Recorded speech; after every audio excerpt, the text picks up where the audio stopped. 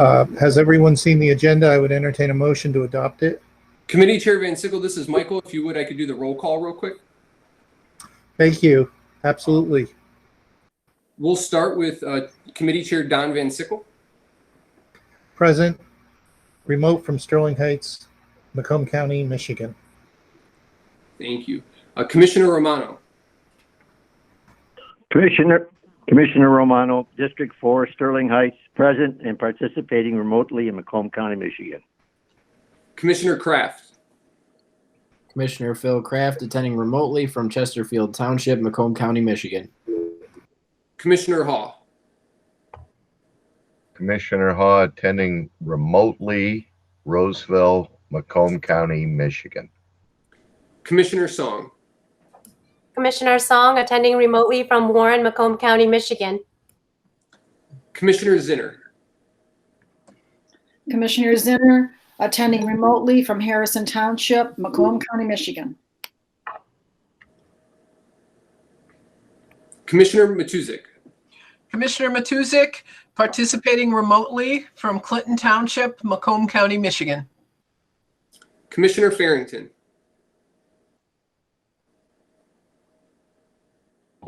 Commissioner Farrington, attending remotely from Utica, Macomb County, Michigan. Commissioner Sabatini. Commissioner Sabatini, attending remotely from Macomb Township, Macomb County, Michigan.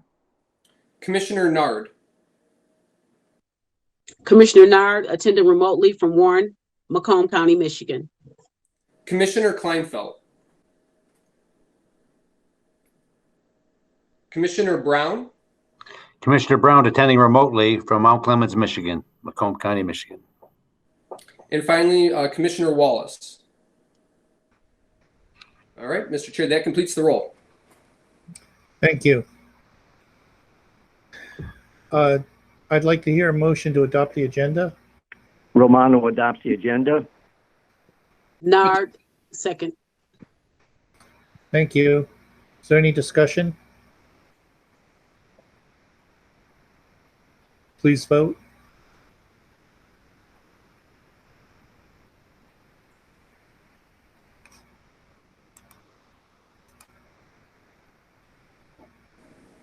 That motion passes 10-0. Thank you. We have the minutes from last meeting of February 10th. I'd entertain a motion to approve the minutes. Motion to approve by Haw. I didn't see any attachments for the minutes. I'm sorry.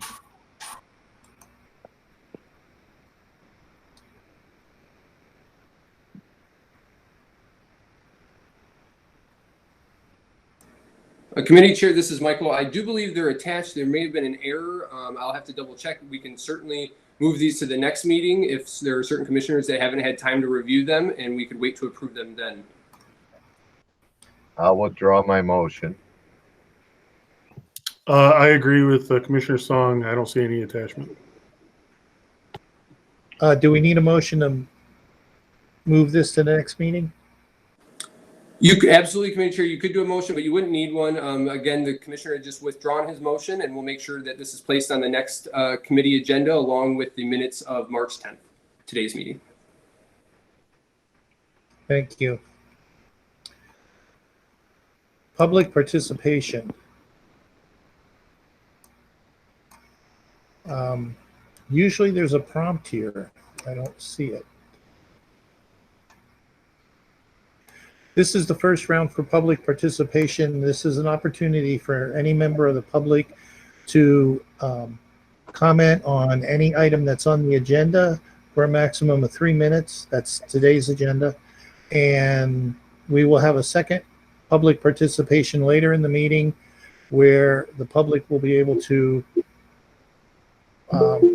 comment on anything at all. In today's meeting for public participation, we'll take the people who are on the telephone first, and then people who have typed their names into the chat box.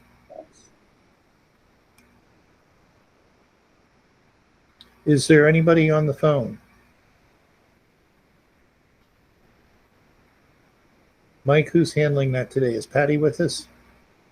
Yes, I am, Chair. I don't hear anyone announcing themselves on the phone, and so we do have a couple individuals in the chat box, starting with Ramiro Alvarez.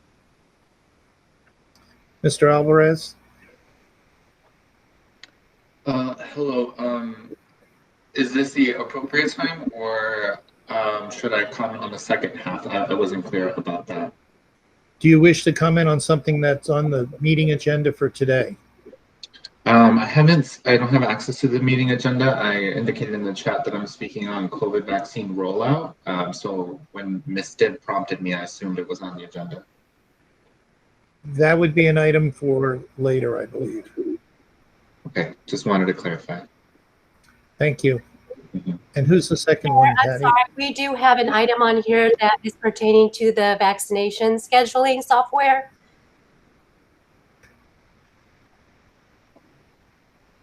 Okay, I guess I would need to poll the commissioners as to whether scheduling and who is setting priorities is really the same thing.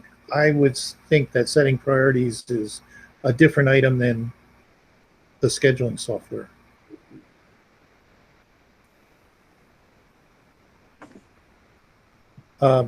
Ultimately, it's your call, Don. Do you mind waiting, Mr. Alvarez? Not at all. Okay, thank you. Yeah. Who's the second person in the chat box? Chair, we have several people who are indicating that they wish to speak about the same topic as Mr. Alvarez. So I do have their name on a list, and we can call them at the second public participation. Thank you.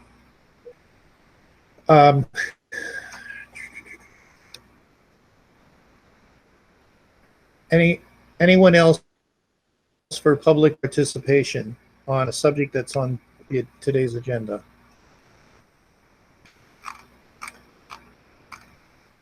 I lost my place. It's not letting me back.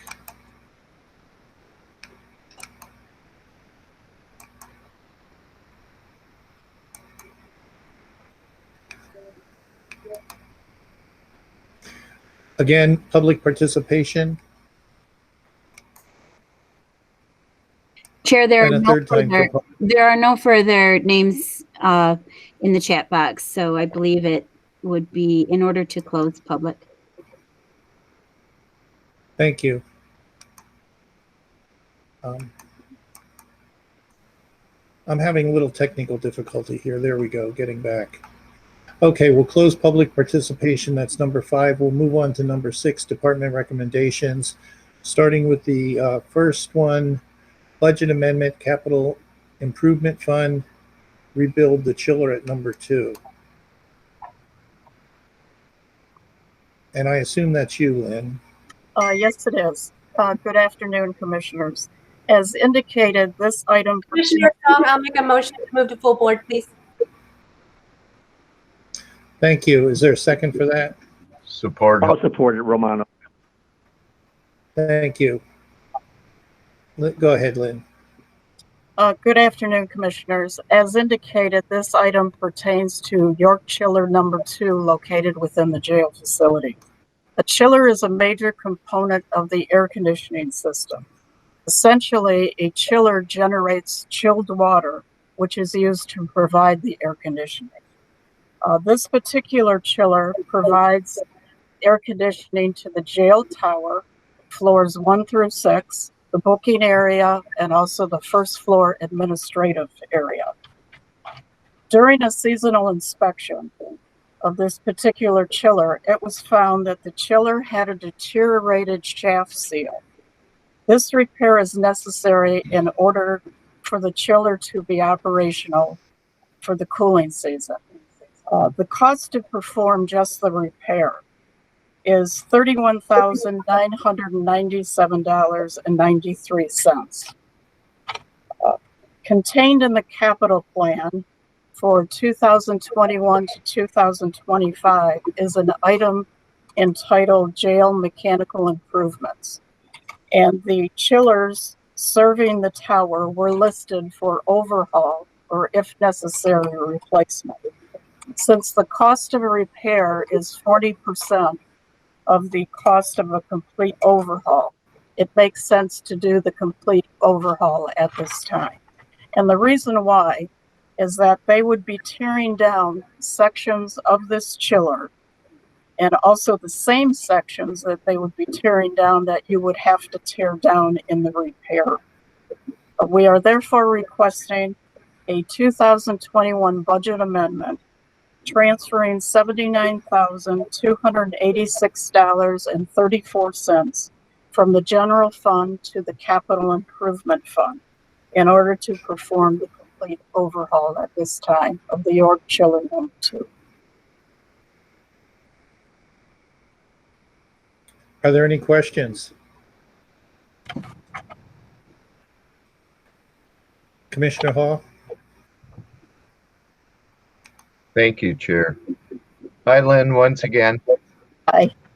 Quick question. As you're well aware, we had multiple discussions last year about what to do with the modernization of the jail. Is this expenditure we're currently making going to be able to be carried over when whatever we do with the jail we do, or is this something that's going to have to be replaced after we do whatever we were going to do? It seemed that the focus of the overall jail was leaning toward a new facility, and that's also why we're considering an overhaul rather than a complete replacement. So this is something that will still be maintained in working order once we do an overhaul, if that's the plan. If we were to have a brand new jail, obviously we would not be bringing over this chiller. So that's why we're thinking of overhaul rather than a replacement. And a replacement is probably close to double the cost. And then we have some construction costs. Because in order to get a new chiller in, we actually have to take down a masonry wall in the underground garage just to get the new equipment in. Thank you. Thank you, Chair. That's all I have. Commissioner Zong? Thank you, Chair. Hi, Lynn. Hi. I was wondering if there's a warranty on this installation and just the chiller, and what is the life expectancy, or how long will this last for once it's being replaced? Yes, you get standard warranties on different pieces of equipment that's new. So yes, we do get the standard warranty. I can get further information because some items will have the standard 1-year warranty. Some might have a 3-year warranty. The life that we expect to get out of the overhaul, we're shooting for 15 years. So between 10 and 15 years, we think we'll be in pretty good shape. Thank you, Lynn, and thank you, Chair. Any further questions? Chair, Let's vote. Commissioner Sabatini, I have a quick question. Oh, I didn't see him. Oh, there he is. Commissioner Sabatini? Thank you, Chair. Hi, Lynn. Quick question. How many chillers are there? We actually have 3 chillers in the jail. We have 2 serving this same area. And we turn on chiller number 2 when we hit about the middle 80s in temperature and above, the second chiller goes online. The rest of the tower is served by rooftop units. And then we also have a chiller in the rehab facility. And the rest of the entire jail is served by rooftop units. So the chiller that's adjacent to this one, what's the useful life on that one? This is all original equipment. So we're actually talking about chiller from 1986-87. So with the overhaul, we're shooting to get 15 years out of it.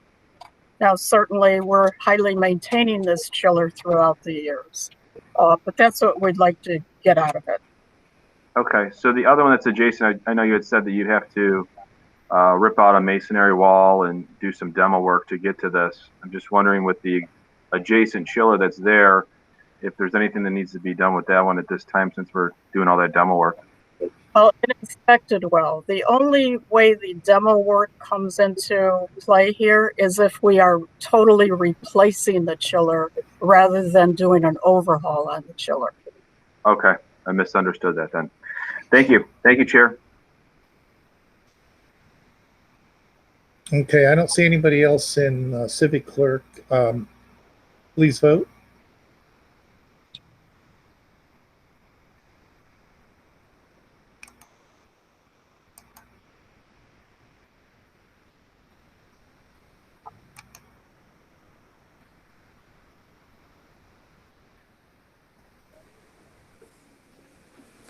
That motion passes 11-0. Thank you. Okay, 6B, purchase order controls on the rebuild of the chiller. I believe that would be you again, Lynn? Yes, it is. Oh, Or by Sabatini. yeah, we need a motion. Thank you.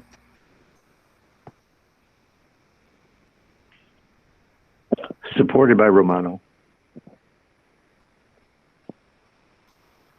Thank you. We have that out of the way. You're on, Lynn.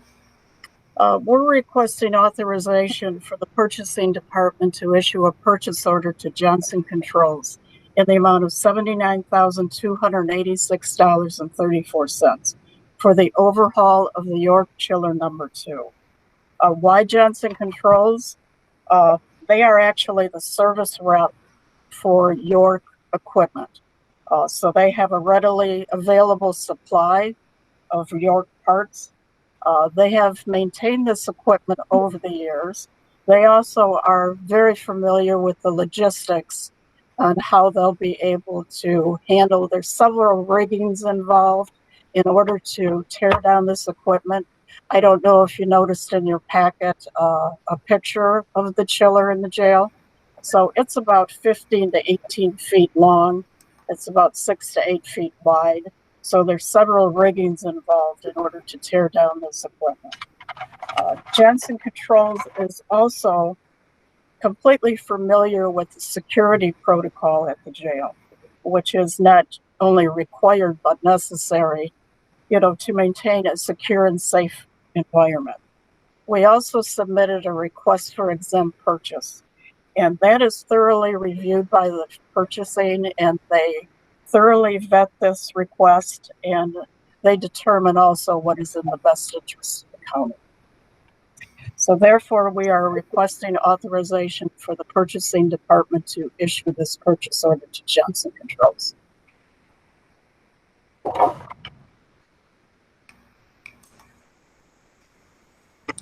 Commissioner Matuzik. Good afternoon. This is a more of a general comment than a question about this specific item. There are a number of financial related requests on this agenda that have not been bid out. I really hate the whole concept of, well, we've always used this contractor, we've always used this person, therefore we're not bidding it out. In this particular case, I completely understand it's very old equipment, requires very old parts, the security angle. I don't object to this one not being bid out at all, but there are a lot of things on this agenda that don't appear to have bid out, and that is a concern to me, and I'm raising it right now. But I fully intend to vote for this. So, thank you, Mr. Chair. Are there any other questions? I'm sorry, Chair. It's Veronica. I just want to say present, voting East Point, Macomb County, Michigan. Thank you. Thank you, Commissioner Kleinfeld. Okay, seeing no other questions or speakers, please vote.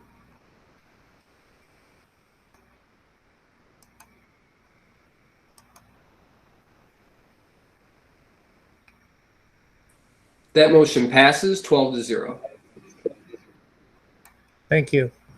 The next item is 6C, full board approval request for purchase of Qualtrics Vaccine Navigator scheduling software.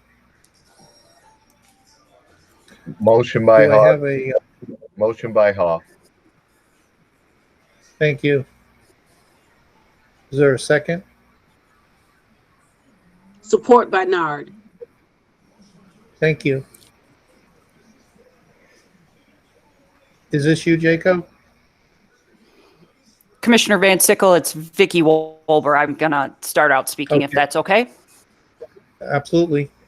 Great. Thank you. Good afternoon, commissioners. Thank you for having us here today. As we have all done since the onset of the pandemic, we've had to do a lot of adapting and pivoting and looking for ways to improve our systems that we've been using to serve our residents and our businesses here in the county. Over the past year, we've all been through the process of monitoring COVID. We've been doing case investigations and contact tracing. We moved through the testing phase. And more recently, since December, we've been going through our vaccination program and process. The request we have before you today is a significant enhancement to the process we have in place.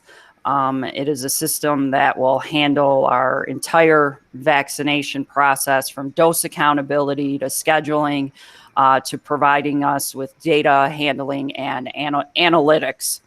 As you know, as recently as yesterday, we were able to improve our current system. We have opened up our online scheduler for a 2-week rolling period. It's active 24/7.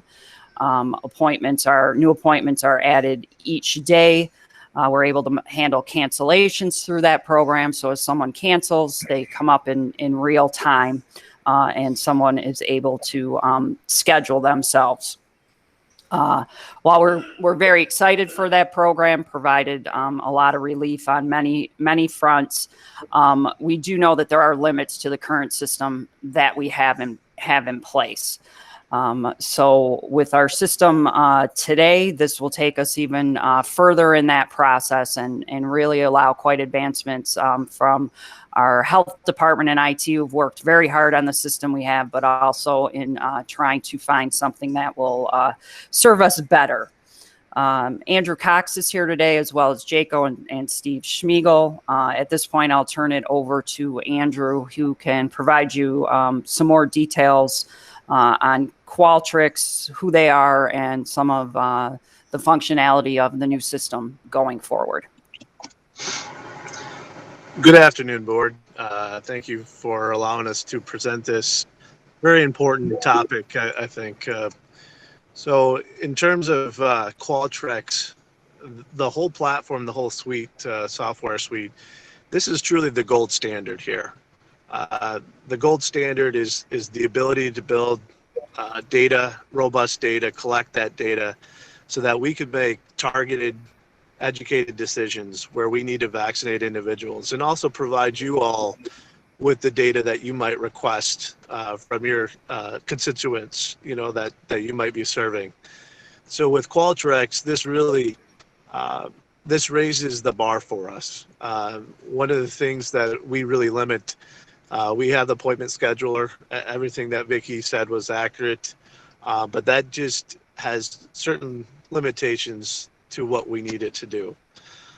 This Qualtrics solution will not only serve to help us with COVID vaccination, but it's an enterprise solution across the board that we would have not only now for COVID, but in the future. There are uses not only with health department, with other programmatic activities and the programs we have, but other departments in the county as well. Qualtrics is a well-known company. They've been around. They're proven for support. And like I said, they are truly the gold standard. To be able to do what we needed to do, we have no doubt that Qualtrics will be the best solution for the problem. With that, I'll turn it over to Jaco if he wants to add anything from the IT perspective. Yeah, commissioners, thank you very much for listening to our presentation here today. As Andrew stated, this is really the best system we could find out there. The biggest component at the end of the day for us that's added above and beyond the system that we have today is the data component, for us to have data management available now as well as later, and then being able to analyze that data. The system's quality is very good. We've done quite a bit of investigation and are very happy with the quality of the system. And that's why we're here in front of you today.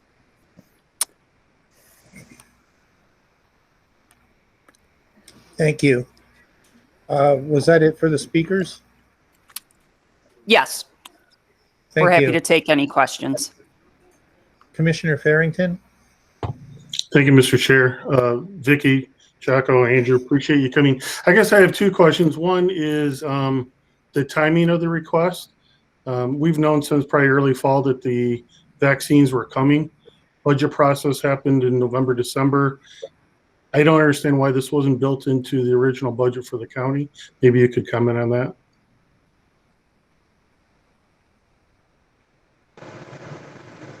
Commissioner Farrington, I'll go first, and I'll let Vicky and Jaco jump in if they want to. To start off, one, when targeting age groups, I think that's very simplistic in nature. So it's easy to parse out based off of date of birth. And what this will allow us to do now as we get into these other priority groups based off of occupation or underlying medical conditions. We needed a system to get up and running in the fall, and we did that. The same experts, informatics that we need to build out Qualtrics, those individuals were getting our existing IT front desk platform ready to make sure that we were equipped to serve the public at that point. We've now reached to a point where we've outgrown really that system and that platform, and now Qualtrics will take us to the next level. And really that's the reason for the delay. So when you talk about the data management analyzing, are you talking about the different demographics that are able to stand in line for the vaccine, or is it different data you're talking about? Yeah, so this system would allow capturing all that information. We collect basically four data points from individuals making appointments. This would be unlimited, but we have already a script of 20 different data points of questions that we could ask and gather that information. All right, thank you very much. Thank you, Mr. Chair. Thank you. Commissioner Zong. Thank you, Chair. I was just wondering if you guys know what the balance of the CARES funding is for these type of projects, because you're asking for a very significant amount of money. So after this project, what is left?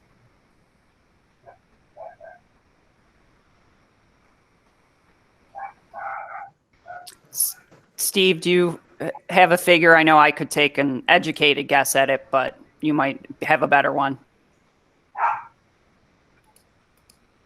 You're muted, Steve. Nope, he wasn't. Oh, he was. Oh, I couldn't hear him. Sorry. Thanks.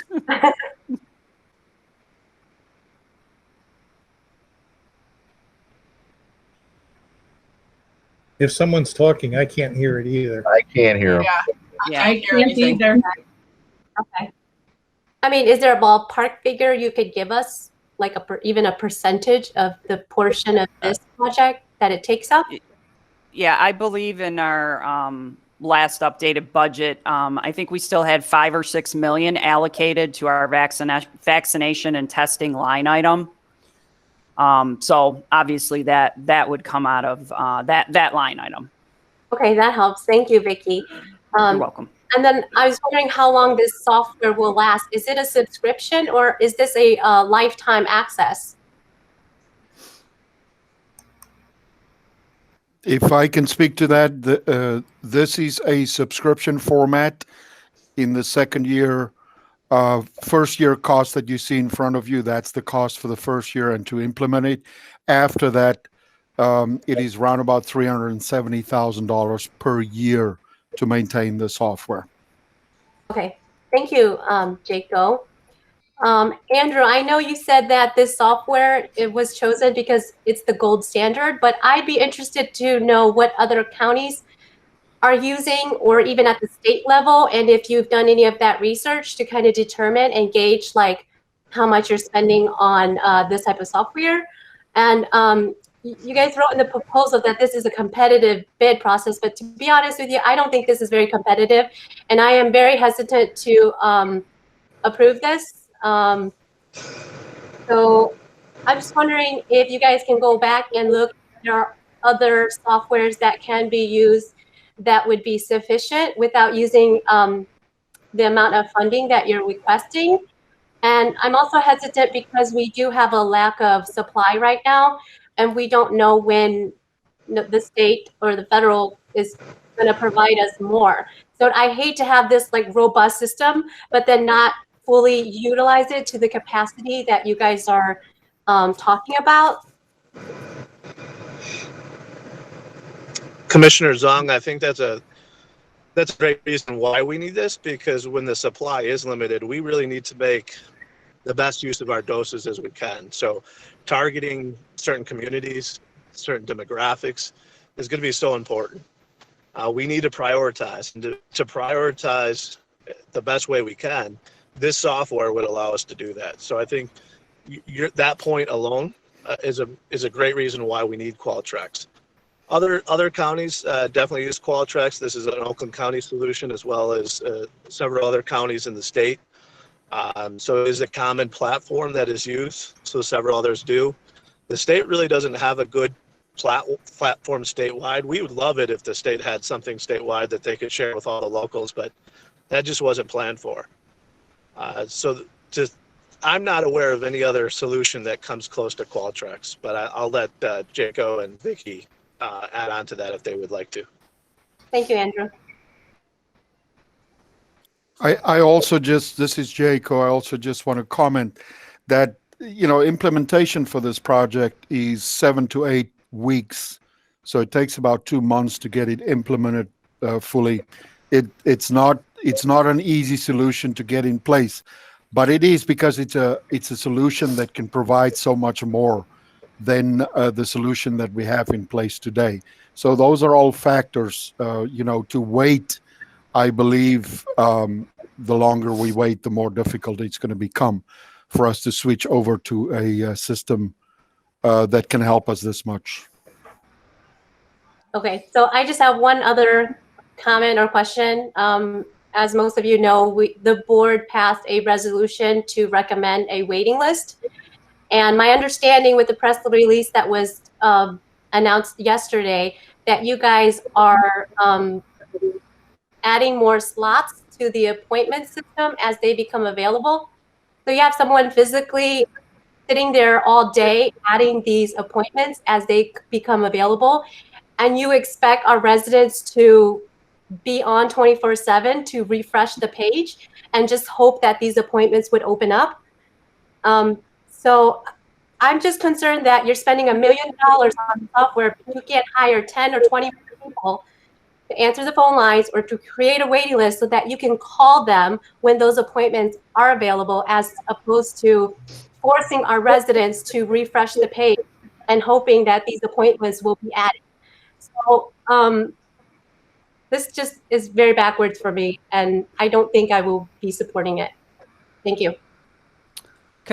Commissioner, I'll go ahead and speak to that. One, it's a live system, so it's the cancellations that come up randomly throughout the day. And one of the areas that improved our cancellations, we were getting almost 100 cancellations a day at the VERC. And without an IT infrastructure and a robust system, even with what we have, and the new system can take us even further in this, we were having a problem filling those slots. on that day. Some cancellations, yes, would come in early, some would not. Doesn't mean the vaccine was wasted, but that was a spot that wasn't filled. So this system now, as a cancellation comes up, somebody can go on and grab it. Complaints that we've heard is about accessibility to our Tuesday only system. So now, again, this system's available 24/7. The appointments that get added each day get added all at once. So we're adding a whole day's worth of appointments at one time. And those aren't 1-2 appointments. Those are a whole day, which, depending on how many second doses we have on a given day, because we have to make sure we have vaccine for second doses, we then open up those first doses. And those are hundreds, if not over 1,000 doses that go online now every day. We are still maintaining the partnership with Smart. We've expanded that. We have more call takers. I can tell you, even with the Smart system, as proud as we are of that and doing manual phone calls, our rate of refusal has become quite high. It used to be for approximately every 1 in 5 phone calls we make out, you would get an appointment. That has substantially grown now to 1 in 15, 1 in 20. And that's great news, because the majority of people are saying they don't need the vaccine now because there's more vaccine out in the community. And, you know, speaking to the funding and for the CARES Act, that's exactly what this money was for. We did a lot of great programs within the business community. We had the PPE, but this is a public health emergency to battle COVID. And that money should go to programs that directly help and support that particular COVID response for the public health department. And considering we have close to 8 million left, we're projected to get another 171 million under the new program from the federal government, plus other funding sources. I believe this improvement, and again, that'll take 7 to 8 weeks even to implement, is well worth the $1 million. It's not perfect, but again, we continue to be in a crisis and an emergency. And some of our actions are outside our normal course of business or protocol. We do have a policy for sole sourcing. No, this was not bid, but we do have a relationship with Qualtrics, and Qualtrics is used by our Veterans Department. As Andrew said, others have said it's a Cadillac program. It's used elsewhere. And with the research that IT has done and the health department, we believe this is the best program moving forward. Thank you. Thank you, Chair. Commissioner Matuzik, you're on mute.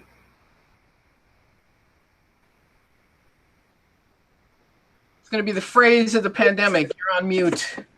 Thank you. The proposal talks about utilizing for data collection QR codes, but specifically says it's not providing any equipment for reading those QR codes. Is that another expense we can anticipate?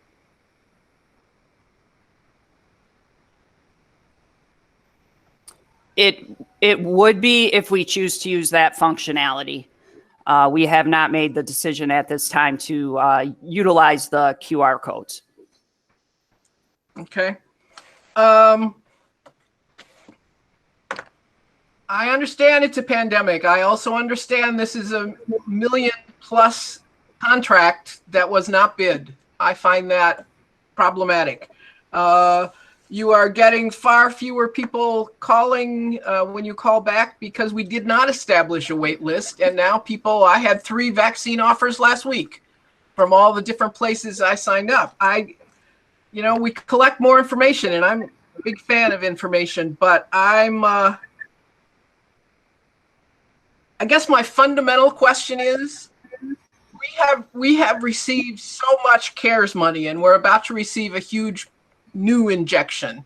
And it feels like we're simply throwing money around. And I guess I would like to know how those decisions, how the priorities are made about where we spend this money, and accounting for it. I think at some point someone's going to say, well, why did you spend all this money doing this? And if the answer is because we had it, that's not a good answer. So it's a fundamental question about how these decisions and priorities are being made. And I don't know that this is the agenda item to talk about that, but I would really love to talk about that sometime. I'd be glad to sit down with you and others, and we can run you through the whole process of our first award, and how those projects were achieved and chosen, the documentation that we have to support that, and our thought process that we moved through. And again, and every item, was brought to the board. When we did that, the project plan was brought to the board with the initial 152 million, and everything has been done with the intended purpose and not just because we have money. Thank you. Commissioner Kraft. Thank you, Mr. Chair. I'm not sure who this question is directed at, so whoever wants to or can answer it, please jump in. We're spending $1 million. What does the public see? What do they gain from this? Does anything change on their end on Tuesday mornings when they're trying to get appointments? I'm still trying to wrap my head around this because it sounds like we're scheduling appointments more than Tuesday morning, but we don't have a wait list. I guess maybe I'm still confused. So if someone could clarify, I'd really appreciate it. Thank you. Andrew, do you want to do that, or do you want me to do that?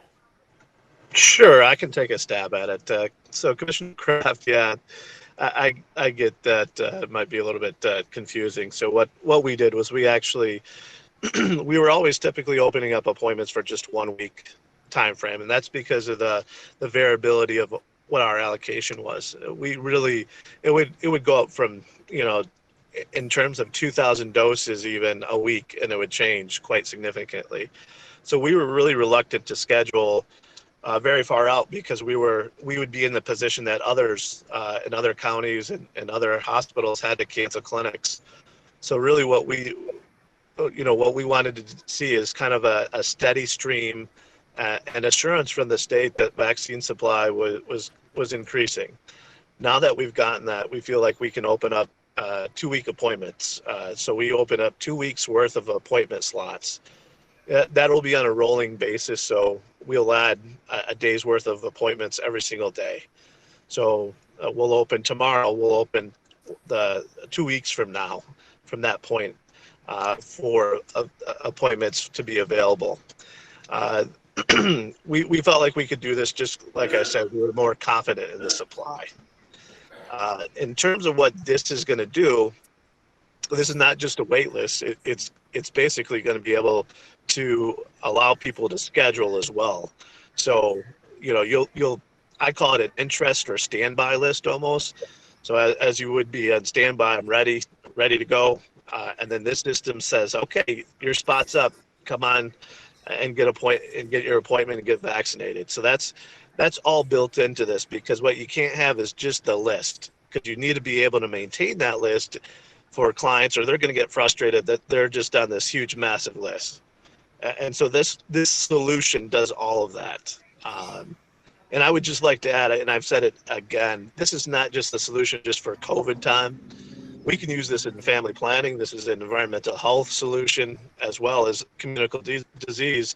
When we do our community health assessments, we would love to have Qualtrics. We would have loved to have it years ago, but we never had the resources to do it. So the opportunity to get a solution like this is a dream come true for us in terms of health, analytics and informatics. Hopefully that answered your question, Commissioner Kraft. That helped a lot. Thank you very much. Thank you, Mr. Chair. Commissioner Kleinfeld. Thank you, Chair. The first thing is, you said it wouldn't roll out for like 6 to 8 weeks. So we've already missed all the data from the beginning of vaccines till now. is there going to be a backtracking on any of that? Because I don't see if there really could be. If you said they were only answering like 4 questions, how do you go back and recreate all of the things that you want data-wise from those individuals?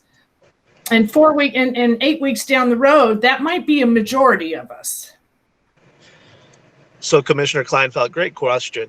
We actually capture that data on site. So that vaccine information form, that is all filled out, and we will, the system in MICR wasn't even created to enter that demographic information and data. But now they've built that. And so we've had that from the day one we started. That is all being back entered. So we will have that data. But Qualtrics moving forward will build future appointments or availability of people that are interested. So when we talk about, people who are disabled, if we wanted to get them vaccinated, we could use Qualtrics to target those individuals that have identified themselves in that priority group.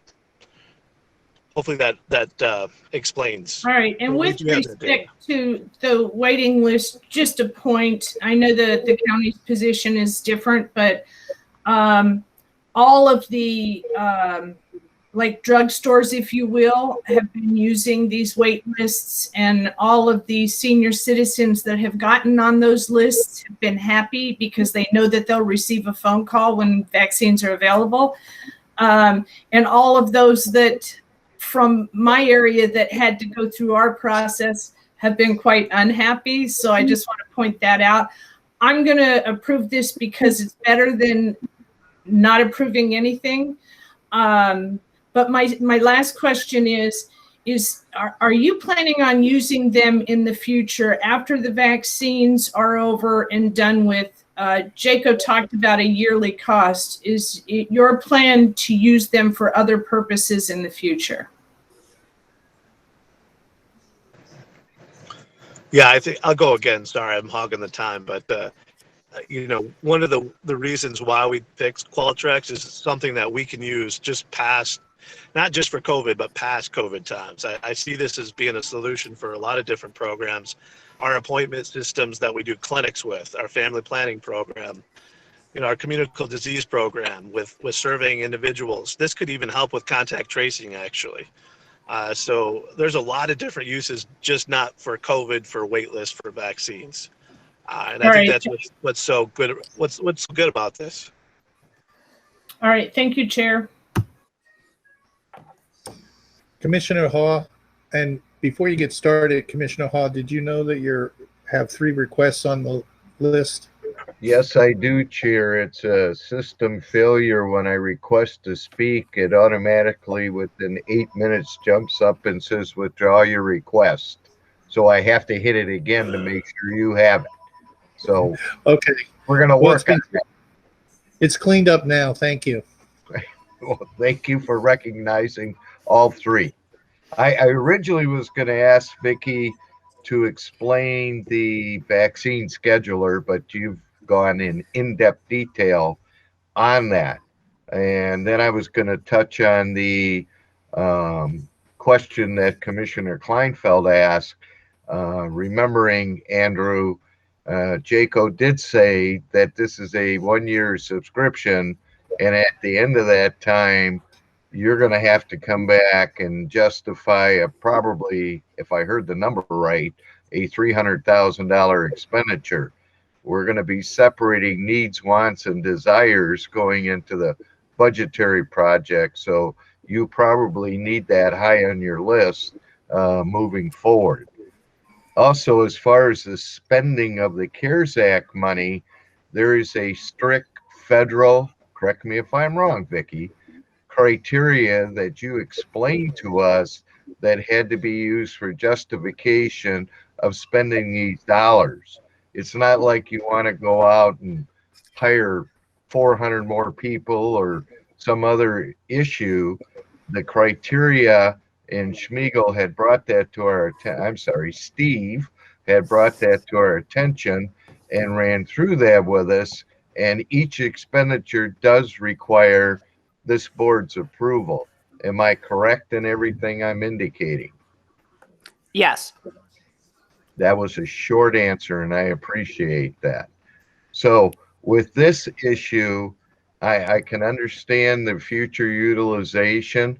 I can understand a no bid contract, but I'm going to agree with Commissioner Song. There are a lot of items on this agenda that are no bid contract, and I'm sure we're going to have a lot more discussion on some of them coming down the road.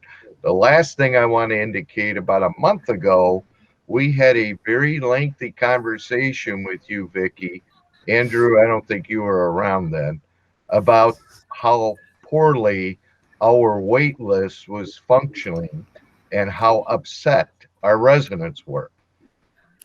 Are you answering our requests of finding a better system, and this is the answer? That's to you, Vic. Yes. And part of answering that request is the improvement we made this past week as well. I'll just explain one more detail about what we did this week. As we all know, it was frustrating to get the appointments online. Our appointments would be gone in roughly 15 minutes. Yes, and you had to keep refreshing the screen, going back. Yesterday that occurred probably for the first 20 minutes or so. Appointments were available up until right around 10 o'clock. So for 2.5 hours. And really right after 9 o'clock, because we go in and test it ourselves, and then other people we know go in and make appointments, you are able to go in and actually get an appointment. And you weren't having to sit there and refresh your screen. Same thing happened. We opened new appointments last night for a couple days just because we had to get ourselves set up appropriately. Same thing last night. We opened appointments. I think it was around 3:30 yesterday, just by chance. And appointments for those days, I believe, were open till almost 8 o'clock. When I went back in at 8 o'clock, there were no more appointments available. So I think we're monitoring that. Again, we know it's not perfect. We've had the wait list discussion. This new system can do that. But we've also made some improvements along the way. And this system will help to get around some of those issues. And from comments we've seen, and we see the good and the bad as well, that come into our office, our call takers and answer the phone. We hear from people. And really over the past couple weeks, we've started to see an increase in those improvements on the system, and most notably yesterday. Again, by no means ideal, but we believe it's a better improvement from where we were last Tuesday. Well, I just want to indicate my wife and I have been trying to get scheduled since December, and we fit into the criteria, and we could not. We were on 5 different systems: Beaumont, Ascension, Myers, Macomb. 3 days after we received the injection, the first one, we got a notification from Ascension, Beaumont, and Myers that we could now schedule an appointment. And I'm sure that's happening to other people. But a good case story, my 2 neighbors across the street came over yesterday who had been going through the same process and said, "Thank you for fixing it. We got an appointment." It's in, I think, 7 days, but they now have a time and a location, and they were very appreciative of that. So thank you for doing what we asked you to do. That's all I have, Chair. Thank you. I'm going to call on myself because I'm up next in the list. I have a couple of questions here. If we look at the costs on page 3 of the statement of work, it lists $533,500 for cloud services. Jaco, is the 300 or 350,000 you said you thought it might be in the future? Does that include purchase for that year.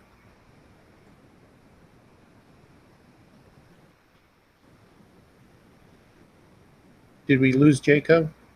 Mr. Chair, yeah, I saw that he had left the meeting. Oh, okay. And I wouldn't expect either Vicky or Andrew to know that answer.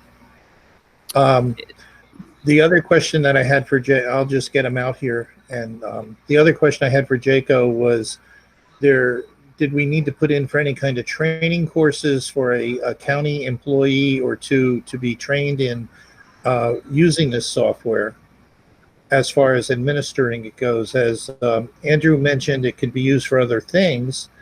Do we need to pay the vendor to set up other, like if it was used for 2 or 3 other different scheduling events or options? Would we need to have, can we have a county employee do that through the administrative function of the software, or does that have to be yet more money out to the vendor?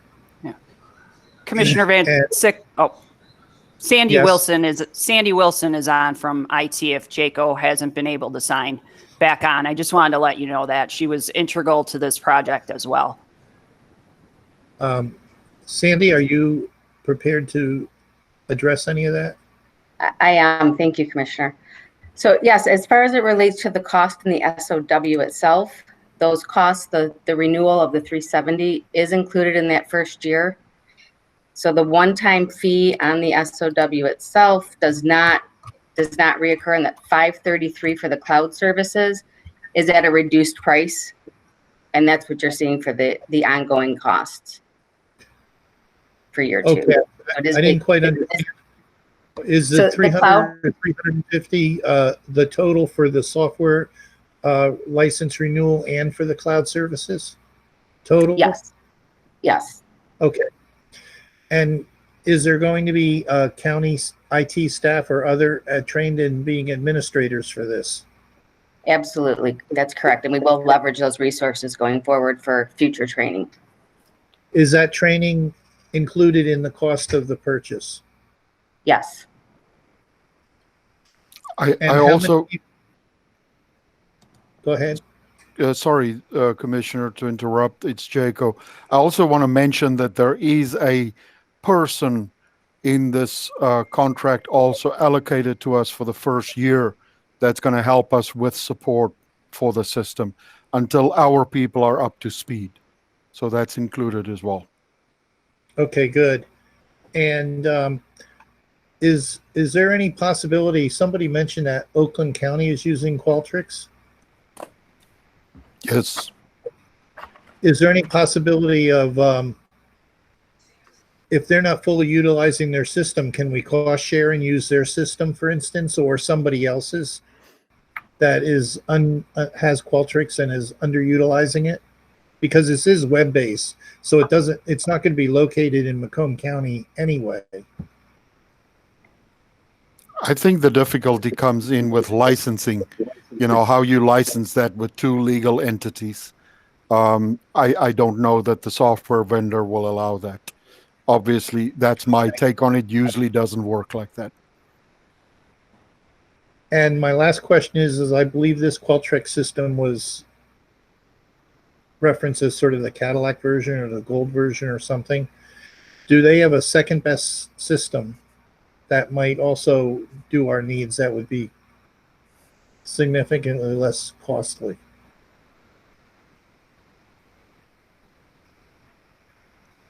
In other words, is there a Qualtrics system that doesn't have quite so many bells and whistles? I can tell you that right now we have a system in place that's working for us and that's done the job for us up until now, but it does not have the capabilities that the system has, and that's obviously one of the main reasons. And we, in talking to many different counties, we have learned that this system works really well, and that was an important aspect for us because they have already designed and implemented the solution in many counties throughout the United States. Okay. If we choose not to continue on with Qualtrics if we purchase this for a year and we choose to not carry on with it? Can we dump the various metrics that or data we've collected in Qualtrics out to be used by another system? I mean, we may have to map it or translate it, but can the data be dumped out of the cloud so that we have it? Yeah, I'm sure you can do that. The data belongs to us. What that process is, I don't exactly know. Haven't discussed that with Qualtrics. Okay, thank you. I'm done. Commissioner Zinner?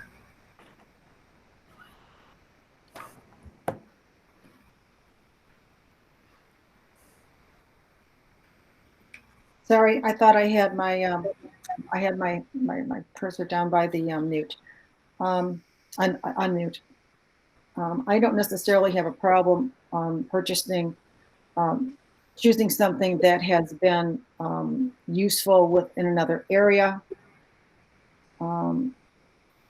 However, I can see that this could be valuable for different areas that you want to get data from. I'm concerned about how far the data goes. And citizens are concerned about things like that too, but I can see that it could be used for a lot of areas that are necessary for situations. So there's been a lot of good questions asked, and the answers have been good too. Thank you very much.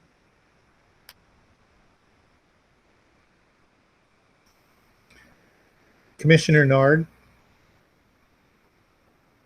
Thank you, Chair. All of my questions have been answered.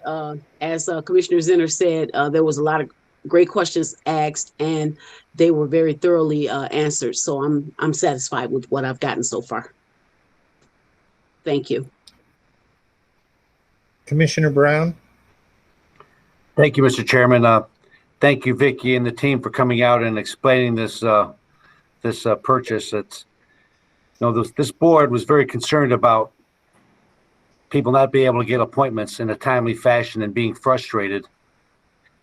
This is what I think is an answer to that problem. But I have some series of questions. So first of all, how many people are remaining to be vaccinated in our county, Vicki? How many people are out there that need appointments to be vaccinated? Do you have any idea? I'll start taking a jab at that, but I think that's a hard number to define because, I don't think anyone knows how many people actually want the vaccination. So, you have to take a look at those who are eligible. Technically right now the vaccines are only for, 18 and older.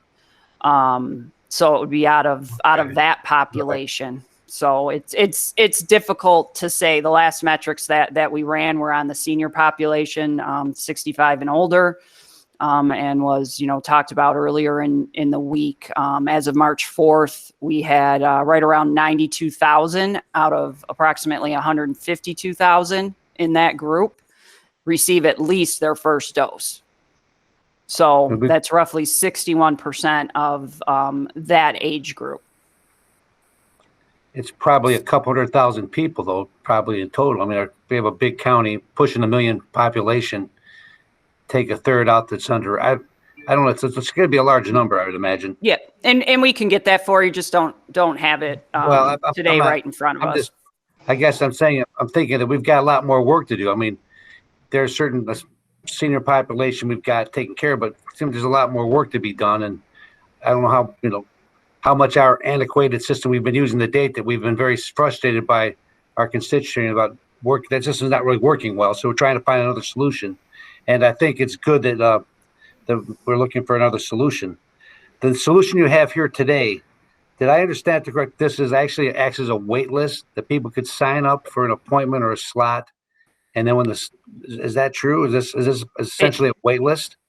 It has that capability. It has many functions. So it does have a wait list component to it. So we can learn to implement that wait list as part of our solution, if you will. But right now we're booking appointments for 2 weeks out, and then it rolls every other day. So as people go on the system, they can fill out appointments 24/7 if they wanted to. Will it default when someone's got an appointment? They say, well, I need an appointment at 9:30. Well, they go there and guess what? Their appointment's already taken. Does it default to the next available appointment? How does that operate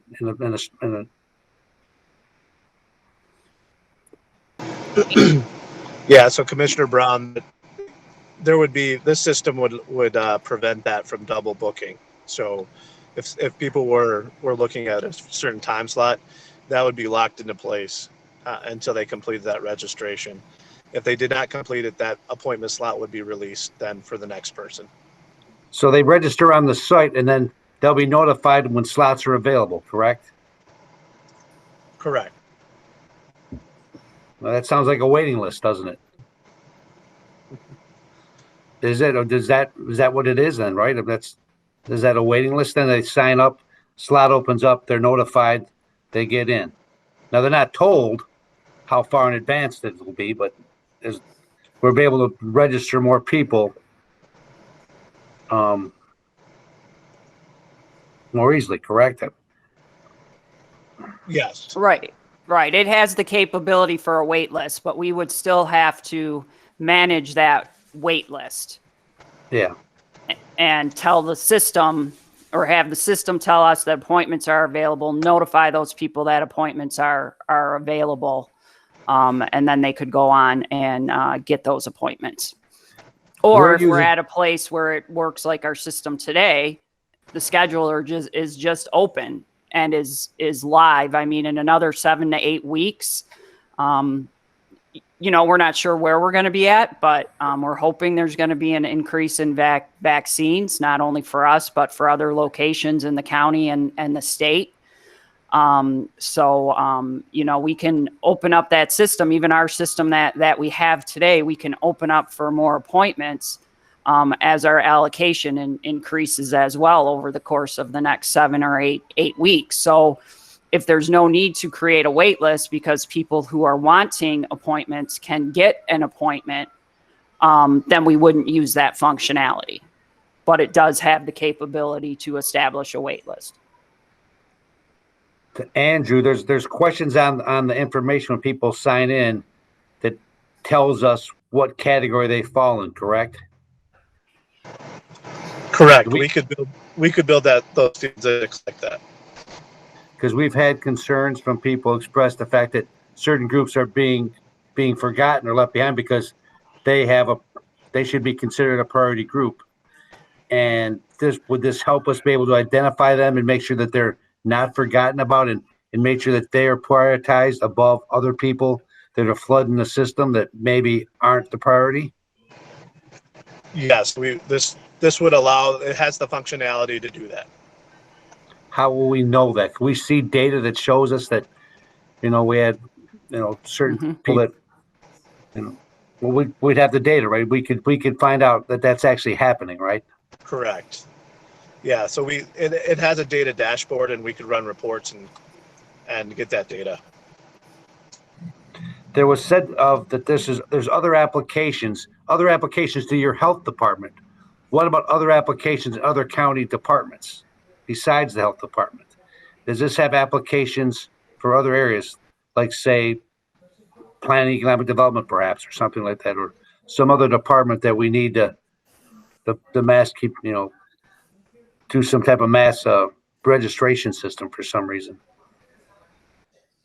I'd like to see. I've heard a lot of talk about other examples of other applications. I haven't heard any specific examples of how they might be used. You said in your health department there are other program and programmatic things that you could sign people up for. But are there anything outside of the departments, outside the health department, Vicki, that this could be used for? Yes, and we did not look at this in great detail, obviously because of timing. But one of the departments that we saw that could probably benefit from this would actually be community action. And with all the different programs and services and different types of registrations that people use that department for, that this might be very well suited to them and their needs.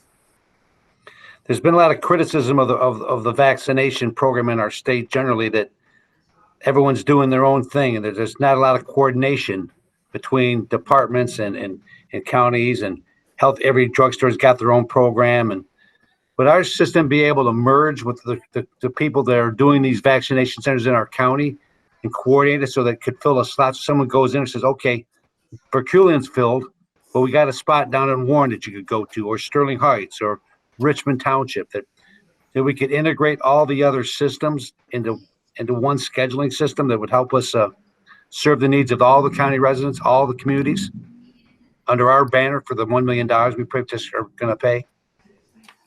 I think Jaco might need to answer the technology side and an integration piece. I know a lot of software can integrate with others. I think the bigger question would be the willingness of those other partners to do that. Well, exactly. I understand. And because that's yeah. Sure, I totally got that. But if there's the possibility, instead of everyone doing their own thing, it'd be better to coordinate under the county emergency management. Like we've done so many things before for the county, for the benefit of everyone in the county, to have, a single point of access, right? Definitely, yes. That's a goal. And some people think we're going to be all vaccinated by, in a couple of months. I think we're going to be a long time getting everyone vaccinated. I just think we will be. But I'm no expert, but we got a lot of people in this county, and we got we're a long way from getting close to even half of the population vaccinated, much less all of us. And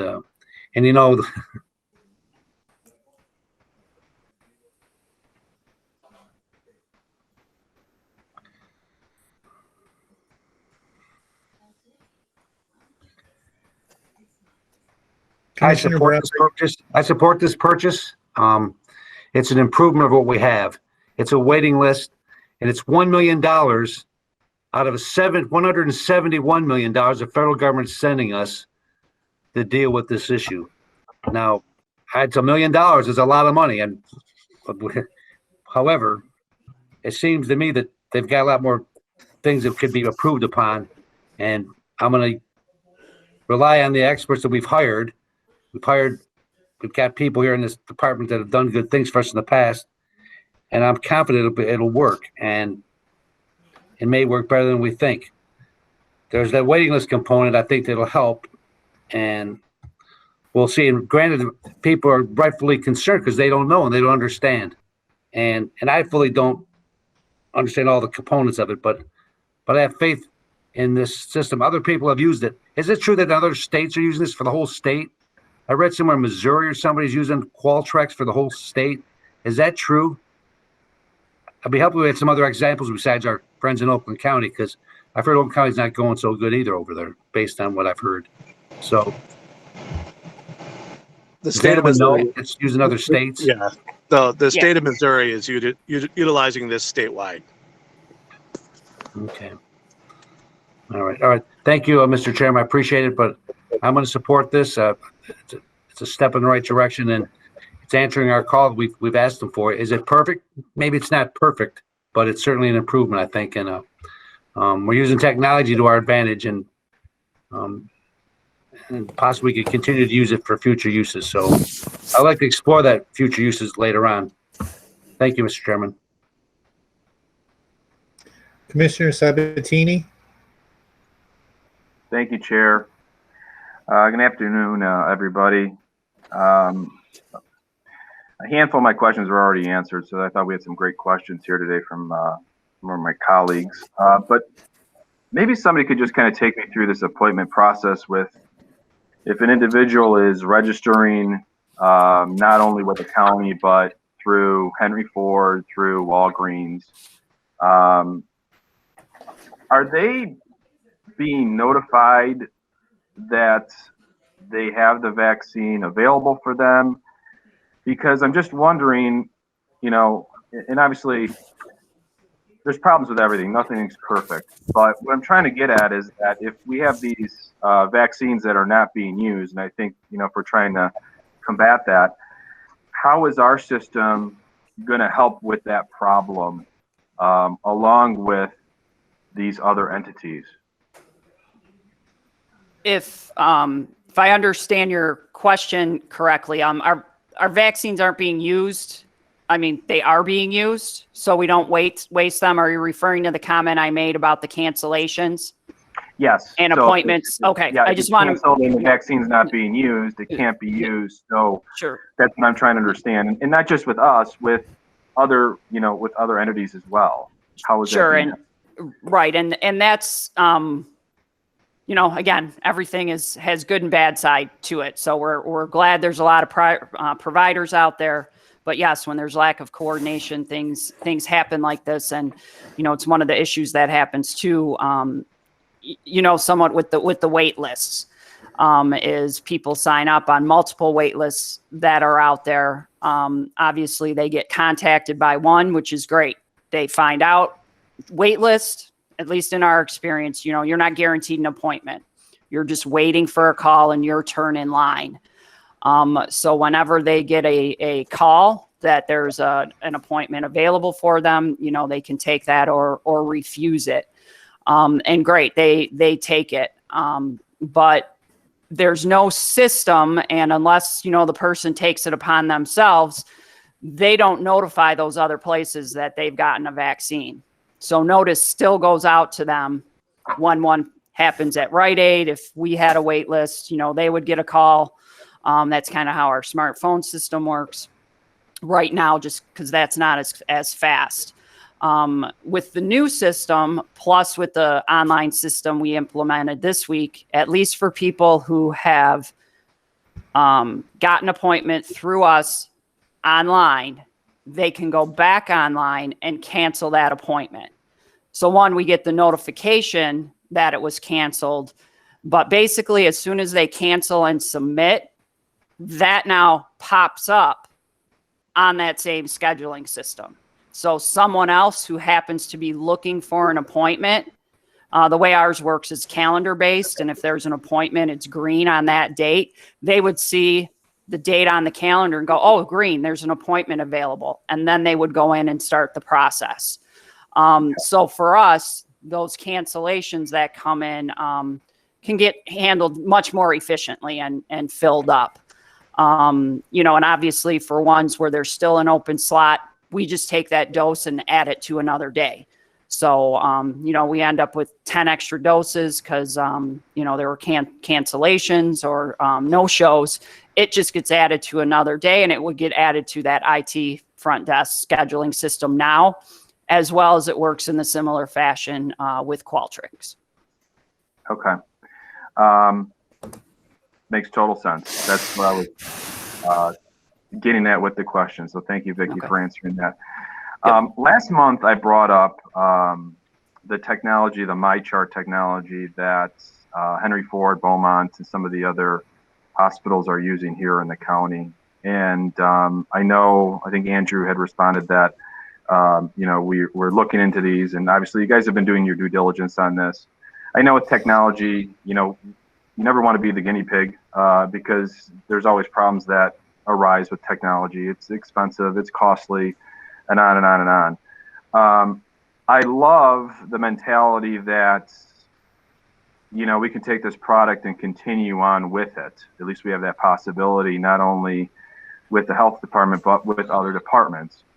So I guess my question is that if that is the intent, what other technologies besides this one have we looked at or even thought of to possibly implement? Not to say that it works or not work, it would work or would not work, but could it work? Do we have any other options out there besides this product?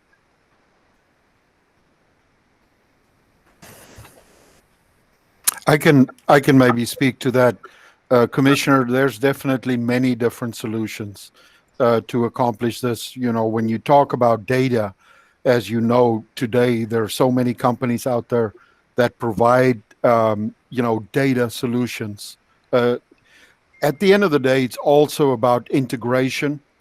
So the more data sources you have, obviously, the more integration you need. I think the appealing part of this system for us is, this is not the first time that we've dealt or talked, to this company, Qualtrics, about their capabilities. As Vicki alluded earlier, we've had lengthy discussions about 2 years ago for a period of about 6 months with them as well as internally in our organization about how we can help MCA in a program that they want to establish that's really going to use data end to end. It's an expensive solution and not something at that point in time that we wanted to put in the budget, but it is still on the card, something that we are definitely looking at future. Also, we are using that today in our veterans department, and How I is it know being used there? How is it being used there, Jocko? the way that I understand it is I'm not that familiar with the solution, although I do have one of our developers in our department that gained significant knowledge about the product at that point in time. But what they basically do is they look at when somebody come in for service, a veteran coming in for whatever reason, they want to connect different areas in our organization so that we can provide additional services to that person. Meaning that if that person has a need for, funding or grants, for example, from our MCA office, that they can be connected through that software by gathering the information that comes in when they visit the county. They can connect them to different areas in our organization to provide different services. So that's kind of how it was implemented at that point in time. Exactly where that program is today, I don't know, but I do know that they are using that at least in veterans. And that, goes when it comes to data. There's, like I said earlier, there's so many different solutions, and it's all about how you put it together at the end of the day and make sense of the data. This is just an end-to-end solution that I think that can provide a lot of functionality that will help us in the county in general in many different departments, depending on the type of projects that we want to implement. Okay. That's my thought here too, is universal use to the best of our abilities. I'm sure we reached out to Oakland County and got some due diligence with them. What do they feel the negatives of this product are? What's not working well with them with this product? If they've been utilizing it now for, let's just say, quite some time. Does anybody know that? Or challenges that they're having with it? Personally, in my conversations with them, I've not asked that question, but I did ask them whether they are satisfied with the product and the use of the product and the implementation of it and the support of it, and that was an absolute yes. Okay. Last question, Chair. Thank you for your time allotted here for me. What product is Wayne County using? I know we know what Oakland County is using. Do we know what Wayne County is using? I don't know, Commissioner. Wayne County does not have the same type of vaccine rollout product and system that we are using. And I'm talking even just from a fundamental standpoint. I'll admit I haven't looked in the past couple of weeks, but Wayne County's program, they were still centered on only those individuals in Group 1A, which was healthcare and the EMS workers. They were referring all of the other groups, such as senior citizens, to their healthcare providers. And I think it was up until only a couple weeks ago that they started to open up vaccination clinics for seniors. They did what we refer to as closed pod initially, which was not to advertise to the public, if you will, and did more targeted clinics for targeted groups. Yes, they were, even though the state, it is guidance on opening up the various groups that are eligible for vaccines. It's up to, each individual county and health department how that gets rolled out. So they had a different approach on that. Technically, they didn't have a need for a system like we're using at this point in time. Okay. All right. Thank you, Jocko. Thank you, Vicki. Appreciate all your feedback on this. Thank you, Mr. Chair. Commissioner Matusik. I just want to be very, very clear on this. This new software has the capability of doing a waiting list, but it is not the intention for us to create a waiting list. It's a yes or no. Seriously, this is a yes or no. I don't believe it's a yes or no, because in 7 or 8 weeks, we will be in totally different circumstances. Since meeting with the board, we made an improvement and change in our system already. We make changes in planning and scope of work and rolling out the vaccine all the time. I'm not being evasive, just not to answer your question in a public meeting, but it does have the capability for it. I completely understand it has the capability. What I heard you saying and others saying is that at this point, we're not going to use that capability. It is still incumbent upon our residents to call into the county. Now the new system if you use your computer, shows the appointments that are available, but we are still calling in. The system has the capability of collecting info so that we could proactively call folks who are of a higher priority, but we do not intend to do that at this point with this system that we are spending a lot of money on. I just want to be clear, Macomb County has not instituted a waiting list. We have a better system for doing appointments, but as of this point, we have not instituted a waiting list. As of today, have we instituted a current waiting list aside from the SMART system, which we have, and we operate and manage? We have that waiting list that is now broader for categories. We've now opened up the eligibility that people can call and get on that wait list. So we have that wait list. We've had that wait list for over a month now. It's great. I use it all the time. I refer people there because they cannot make the phone calls in. So I've been almost always referring my 80-year-old friends to the SMART list because that's the best option for them. But this system we're going to spend $1 million on has lots of capability, but we're not using it to set up a waiting list. Just want to be very clear about that at this moment. I'm going to answer you again. I cannot answer that question on where we're going to be at in 7 or 8 weeks. I understand. Thank you, Mr. Chairman. Commissioner Zinner. I want to thank you, Commissioner, both commissioners here on that. Also, the cost, the rollout would be for the COVID situation that is at this time and undetermined in the future. We want to be positive about it. However, you're saying that you have the other needs that could be met with it.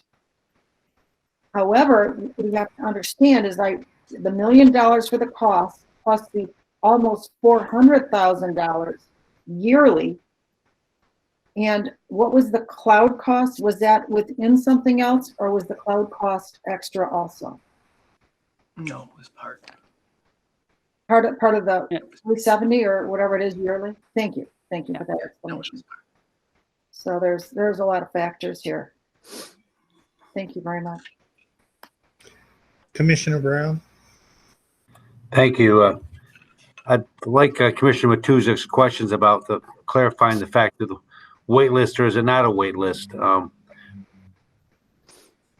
But I think the goal is not that people wait. Our goal is to get people scheduled as quickly as possible to get the vaccine in their arms. This is going to help them do that with a better scheduling system and get more people on the schedule more quickly, less stressfully, and there is some benefit to that. And so I think that's a good thing. That's worthwhile to do. And I also heard the department say that that's something that they could also work toward. They figure that as they get used to that system, there's a waiting list they could develop that would help them expand on what they've already started. Granted, it's not full blown, but it's certainly a start on a waiting list, responding to our concerns earlier.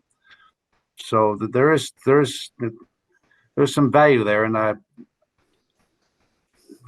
though I understand some people's concerns about it, it's not creating a total wait list the way we would envision it. I think it's more of an important benefit to get more people on the schedule to get vaccines in their arm more quickly, and be able to do so a little bit more easier and more efficiently, and that'll save us time. And the issue about missing vaccines and missing appointments is pretty critical. Some of the drugstores, I guess, if you go there at 5 o'clock, they'll find you can maybe catch an appointment or a vaccine that someone missed. That's not the most efficient way to do it. This system, I think, will help us maintain what we administer anyway a little bit better to make sure we get more of that vaccine out as quick as possible.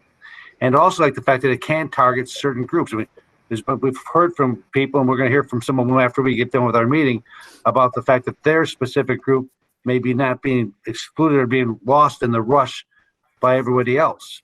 And we pull them out and make sure they get the attention they deserve. And that's also a worthwhile thing to consider in the mix. So all things considered, I think it's a right move for us to approve this. And though it may not be perfect for every solution, I think that the department hears us and hears our concerns about the need for our constituents here, because our constituents are calling us and they're frustrated, upset, and we want to take care of them as best we can. And we're getting closer to taking care of their needs quickly. Is that the best solution? Probably not, but we're moving that way, and this is going to go a long way to help solve some of our other concerns that we have that we didn't really realize until people came before our board and told us about them. So I thank the department for responding to our concerns and moving forward with this project. And again, like I said earlier, I support it. We can't get people vaccinated soon enough because people are dying every day, and we need to get going on it. Thank you. Thank you, Mr. Chairman. I see no other speakers, so we'll call a vote.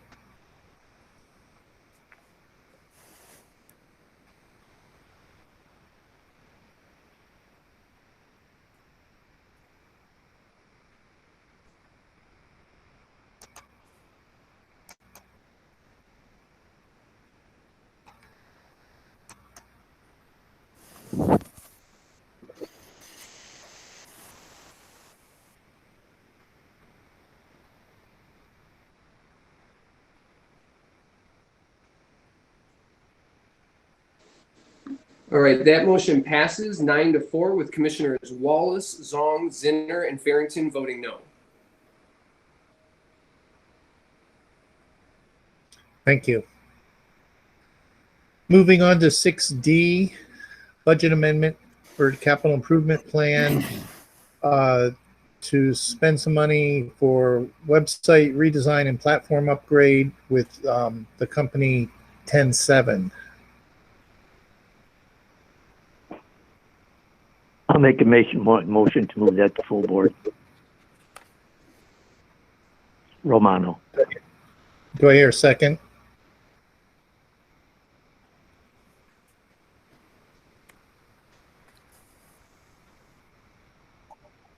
Sabatino, second.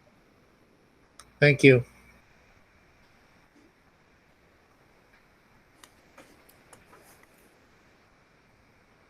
Jaco, is this for you? Yes, Commissioner. Thank you, Commissioners. This is a capital item. It's a line item in our budget for 21 as well as 22.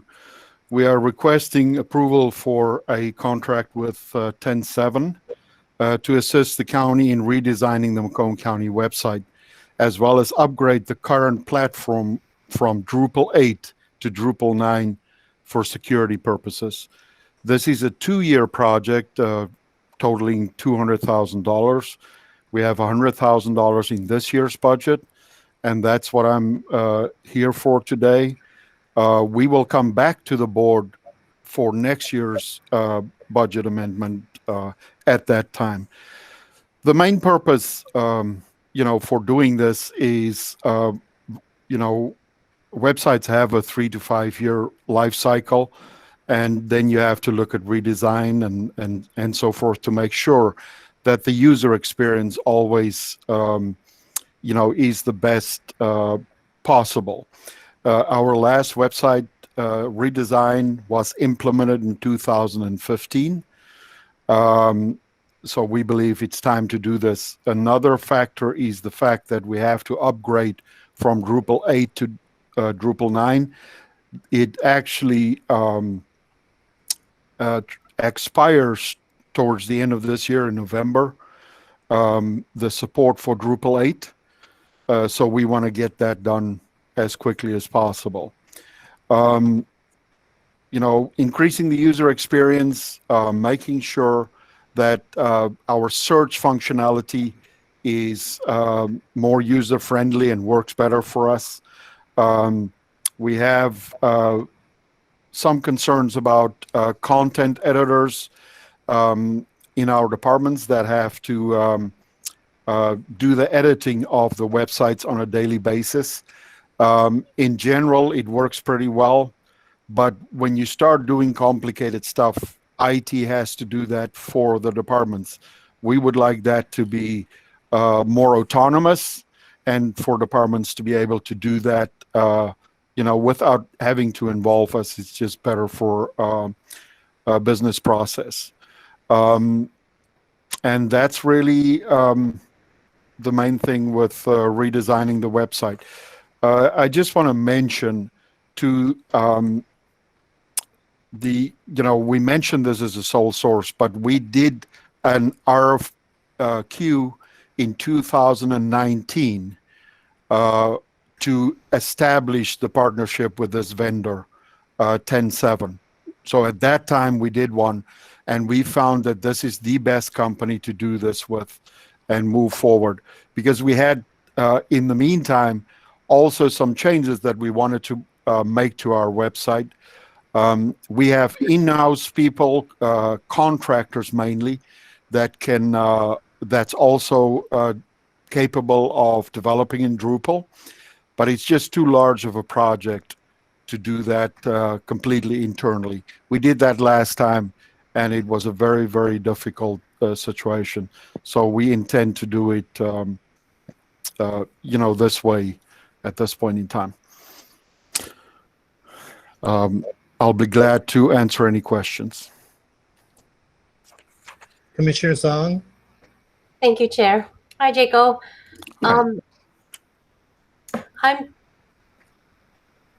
My understanding is that 10-7 is a Minnesota-based company, and my That's concern correct. is that you guys are not looking for local web development companies to work on this project, even within the Macomb County area. I'm very concerned about that, and I don't think I will be supporting this. I would really like this to go to bid. You talked about the life cycle of the website being 3 to 5 years, but I think if a website had been designed efficiently in the correct way, then I don't think it needs to be redeveloped in 3 to 5 years. And if they were working on this 3 years ago, and now they want to improve it, I'm just wondering why they didn't do that the first time. So I'm concerned about that, and the fact that we're not utilizing a Michigan or even Macomb County-based company, and that we have to go outside of our state to find talent. And you mentioned, the life cycle of the website having to be improved, and that back then 10-7 was the best vendor for this, but it's been several years. So I would recommend that you guys put this out as a bid. And I've worked in web development for the past 2 decades, so I'm very familiar with Drupal, and that it's a free open source content management system. So I do appreciate the fact that you are using an open source application, because that does save costs over time. But I don't think it's going to take $100,000 to upgrade it to Drupal 8. And that's just my professional feedback. So thank you. Thank you, Chair. Commissioners, if I can comment on that, Absolutely. please. I do have to emphasize that at the time that we went out to bid, there was 4 companies, if I remember correctly, that responded to the bid, and they were outside of the state. It was obviously the bid was open to everybody. That was the companies that responded, and that's how we came about deciding on this company. For us at the time, part of that was also whether we have to stay on Drupal or use a different platform. As you know, if you've been in web development, open source is great, but open source is also sometimes difficult because you have to rely on internal sources when you code for open source. You also have to wait on modules and things like that if you do that. When we did the previous upgrade, we went to Drupal 8. It was premature. It was not 10.7 that did that for us. Like I said, we did this in-house in the IT department with 2 contractors. Really 1 contractor at that point in time. A second one was added later. And, that's where we are today. It is a complex project. I have to say that I disagree with the fact that it's not going to cost $100,000. The total that I talked about is actually a $200,000 project. It is a significant amount of work for our county website. There are technical difficulties. In the documentation, you will see that we mentioned about removal of subdomains. At that time, we configured it with subdomains. That was not the right decision. That has to change because that will increase our search functionality. It will really enhance a lot of things for our end users. And I just want to state those facts as well. Chairman, I'd ask a point of information.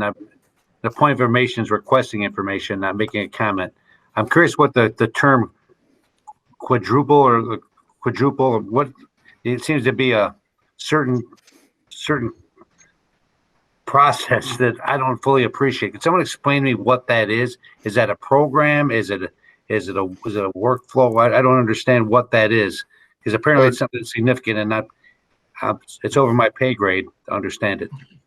So if someone could answer Commissioner, Drupal is a content management platform on which you design your websites. There's many different ones that you can use. Drupal is just one of them. And as Commissioner Song mentioned, it's an open source, and that's why we decided originally to go with Drupal. And so it's really just a platform on which you develop and design your websites. Of which there are probably hundreds, right? There's many different ones, yes. All right, thank you. Thank you, Mr. Chairman. Sorry for the interruption. Commissioner Brown, you almost might think of it as a computer language. Right. It's more or less the language that they're going to program the functionality of the website in. You're on mute.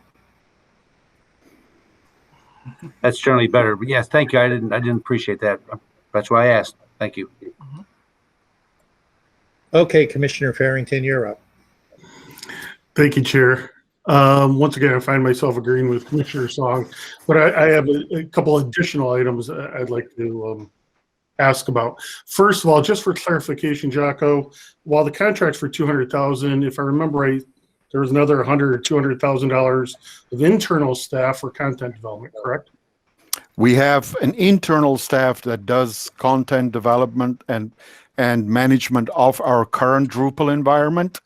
You know, one of the main reasons we went out to bid originally was to assist our internal staff, because they pretty much learned the platform as they developed it, you know, in around about 2013 when he started. And, you know, just to make sure that we do everything correctly, that we use the latest best practices when it comes to web design. You know, another thing that I have to mention, that how people use websites change constantly. And at this point in time, the way that our website was designed at that time, a lot of that functionality has changed, and people are not interested in that anymore. So those are the type of things that we're also looking at to make sure that our end user experience stay on par with what's required in the industry today. Thank you. I was just trying to get clarification that the contract's for $200,000, but the project's really something like $350,000. That was just a point of clarification. Yeah, internally we will use our contractors as well to help with development, but when it comes to maintenance, they are, you know, pretty much taking over most of the maintenance after the fact. Thank you. That's not even the 2 points I wanted to ask about. I am concerned the end of life for Drupal 8 comes in November, and yet this project's 12 to 18 months, which puts you at mid to the end of 22. So answer how that's possible. And then secondly, Drupal 9 has an end of life of November 23. Right. So here we're going to do it, and then a year later, we're at the same spot we are now. So if you can address those two issues, those are more important to me. Thank you. Commissioner, I was not aware that Drupal 9 is coming to end in 2022. The current projections are November 23. So I will look at that and verify that. What I can tell you is that we already have had conversations about mitigating the risk for the November change. This project was planned for last year, so it was supposed to start beginning of last year. Because of COVID, this project was postponed until this year. So really not much we could do about that. It is an unfortunate situation we find ourselves in, but it is something that we have to do. We will have to upgrade as soon as possible.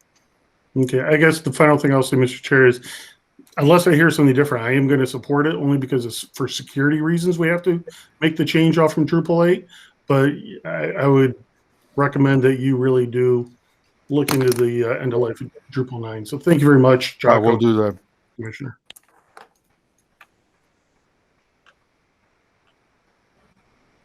Thank you, Mr. Chair. Commissioner Matuzik. Thank you. I was going to raise the same issue that Mr. Farrington raised about the end of life of the next edition of this software, which is very soon. I am concerned about again a $200,000 project that was not bid out, or was bid out a number of years ago. I am in total agreement. Our website is old and clunky, without a doubt. Hard to navigate, confusing sometimes. I definitely would like to see it upgraded, but companies change all the time. Software changes all the time. Talent moves from one place to another. I do not believe this is something that can be done in-house. Absolutely. I've done a couple of these transitions. We have to hire it out, but I'm opposed to this much money on a bid that's a number of years old, and I think we can do better. Thank you. If I can just comment on that, Commissioner, I do understand that, but I also have to raise the fact again that this project was slated for 2020. The RFQ was done in 2019 in preparation of that. At this point in time, I've reached out actually to legal about that. And our situation is that we awarded this bid to this company, number one. And now you want to tell this company that we're pulling that back when we told them last year that we are postponing this bid, or this, not the bid, postponing this redesign until 2021, and we will kick it off in 2021. And then go back to the vendor and tell them, sorry, we're pulling back, we're going to do another RFQ. I had conversation with our legal department about that, and I was advised also at that point in time that if we are satisfied with the vendor, that we should continue on that same path.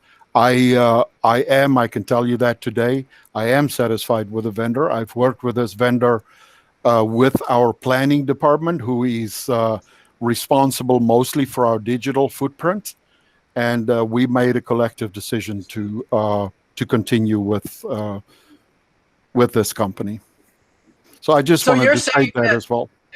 Yeah, you're saying that legal says we have no choice but to approve this contract?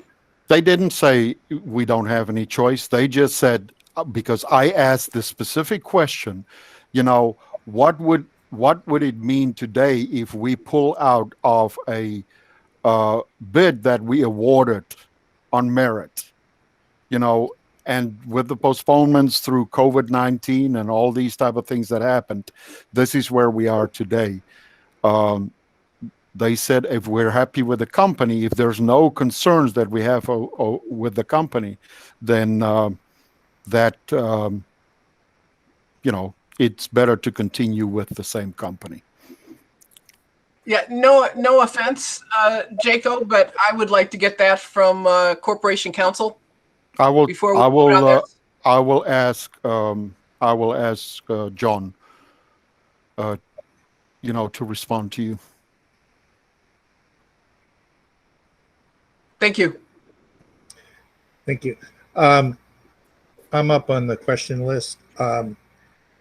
I do not pretend to be a Drupal expert, but I believe that with our current website, we could upgrade to Drupal 9 and continue on to Drupal 10 without upgrading the website or with minimal changes, because that's generally the way this kind of software works. Not saying we should, but I'm just saying we could. So I don't know that end of life in Drupal 8 or next year Drupal 9, if we do go this way, is a determining factor. Because if we do upgrade the website, I fully expect the vendor for a minimal cost could upgrade 9 to 10 next year. So I don't think that's an issue. I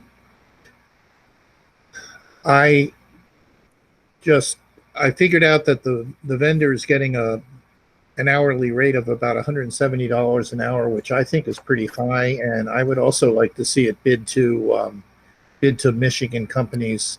I think the hourly rate ought to be more down like 140, maybe 150 maximum. And they're really getting a premium rate for this. And I don't know that I mean, I'm not saying web developers, but there are a lot of web developers out there, and I fully think that the rate could be a lot better. Thank you.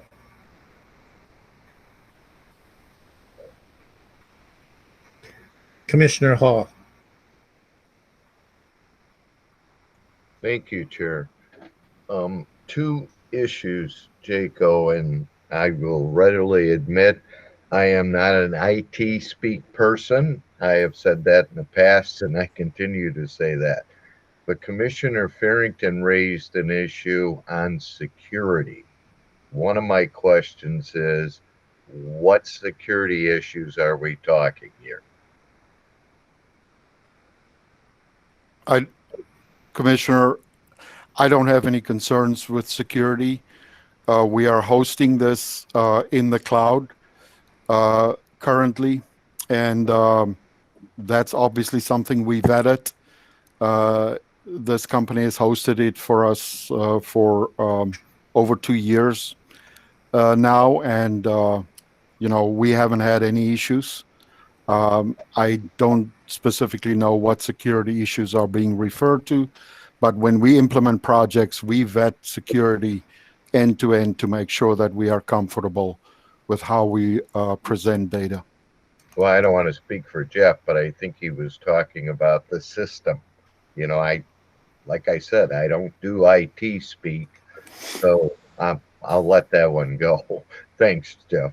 Secondly, I too am concerned that we did not go out to bid on this.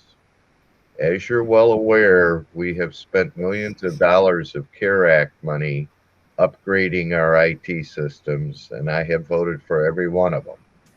This one, it is a need, want, or desire. And I'm hearing you say, you explained on numerous questions that you did go out to bid previously. Is one of the reasons we didn't go out to bid this time, I'll say tied into your conversation with corporate counsel? Is that part of the decision process here as well? That was not my decision process, Commissioner. My decision process was I just wanted to understand how that works. You know, in case that's an option and we want to use that option, that, we have that ability to do that. From my standpoint, I completely understand what you're saying and what the other commissioners are saying. When I come in front of this board, we have talked about multiple times. We have talked about, how frequently should we go out to bid when it comes to working with companies. It's one thing to go out to bid and say, hey, every time I want to do something, I go out to bid. That's great. The other thing that's difficult is you build a relationship with people. And that's why I mentioned earlier that's one of the reasons I do an RFQ is what I try to establish. And this has been, from my standpoint, something that I've done with multiple vendors that we use since I became CIO. I establish a relationship, a partnership with vendors so that we can at least have 3 to 5 years of working together, understanding where I'm coming from, where they coming from, and making sure that we deliver the best product possible. I can go today and I can say, well, our Cisco infrastructure, I can get it cheaper with this company. And I go to this company and maybe for less money. But the design of my environment has been done by my current vendor. And I have a very good working relationship with that vendor. And I'm very comfortable and I trust them. So how do you marry those two things? It's very hard and very difficult in technology. So it's the same thing here. We've walked since 2019 a road with this company. We've done assessments, all those type of things. So at this point in time, we feel that is absolutely the better option to go with.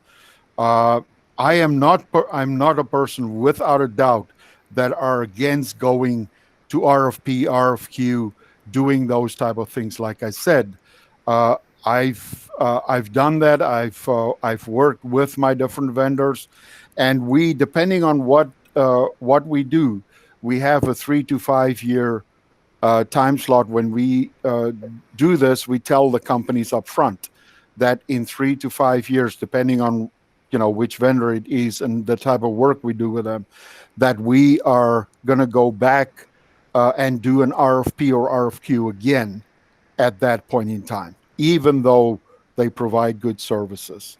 And this, for me, is less than 3 years. So, that's mainly the reason why I decided that I want to move forward with this. And we gave, as a county, and I myself gave this company our word last year. We told this company that we are postponing the project We want to continue it first thing this year. So now you want me to tell them, sorry, we're not going to do this. We're going to go out to bid. Okay, if that's what the board wants, then that's what I will do. I just say that from my standpoint, that's the reasoning why I decided not to do this. My last question, Chairman Van Sickle raised the issue about the hourly rate. I'm sure you've looked at that versus others to ensure that we're getting the best bang for the buck. Am I correct with that? That is correct. Thank you. Thank you, Chair. That's all I have. Commissioner Kleinfeld. Thank you, Chair. First of all, with respect to where Commissioner Farrington got that, it's right in the paperwork in the justification that the Drupal version is ended of life in November of 2021, which means it will no longer be supported from a security standpoint. So we got that from you. He didn't just pull it out of thin air. So if you say, I don't know where he got it from, just for clarification, that's where he got it from. I'm really interested in what you've said with regard to giving your word. Did the board approve last year?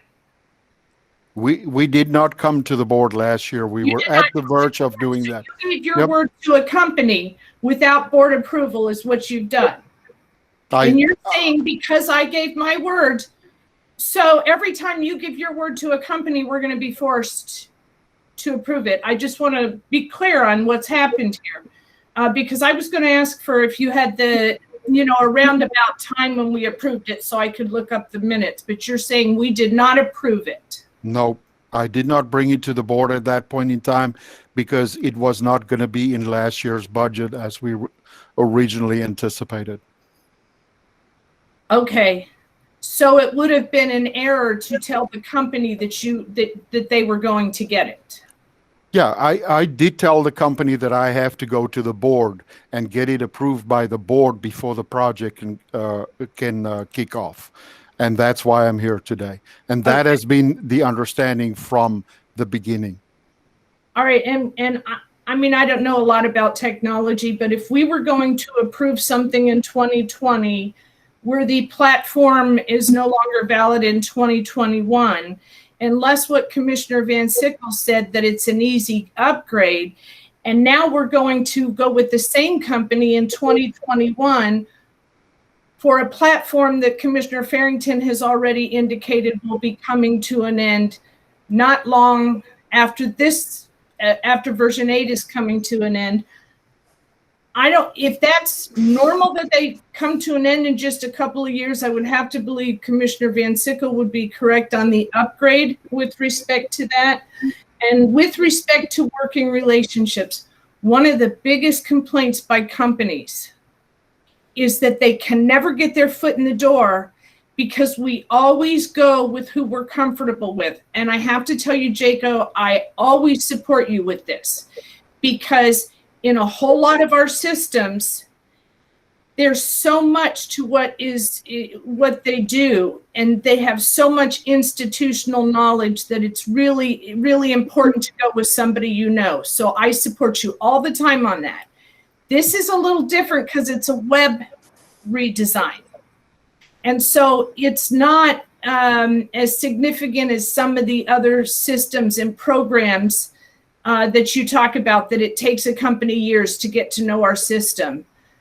So I'm not as comfortable with respect to this, but I do appreciate and understand why most of the time you have that position. I also appreciate the companies, as Commissioner Matuzak said, companies are coming and going, especially in the field of technology. And I think before we jump into this, I'd like to see what's available in Macomb County, if not in the state of Michigan. Thank you. Commissioner Zhang. Thank you, Chair. And I just wanted to say I don't take any offense to what you said. I do want to echo Commissioner Kleinfeld in that I get it that it's hard to establish new relationships, but it makes it harder for those that don't have a relationship to break that glass ceiling. So I think it's important to take that into consideration. And I think you clarified that one of my questions was, did the prior board approve this? Because even if you approve a contract, it still needs approval from the board. So that's my understanding. I agree, Commissioner. And it's always been the understanding that I have to take this to the board before the project can kick off. Thank you. Commissioner Farrington? Thank you, Mr. Chair. Yeah, Commissioner Kleinfeld mentioned a few things I was going to hit on. Thank you for that clarification, Veronica. But the one additional thing, Jocko, is if this was bid out a year and a half ago, 2 years ago, or whatever, because of COVID, I get it. That's why I said I'm going to support it. Are we locked into those, what would probably be lower prices from a year and a half ago?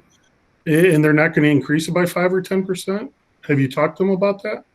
Yep, the price is the same as when we submitted back then. Very good. Thank you, Mr. Chair. Commissioner Romano? Thank you, Chair. Hi, Jocko. Hi, Commissioner.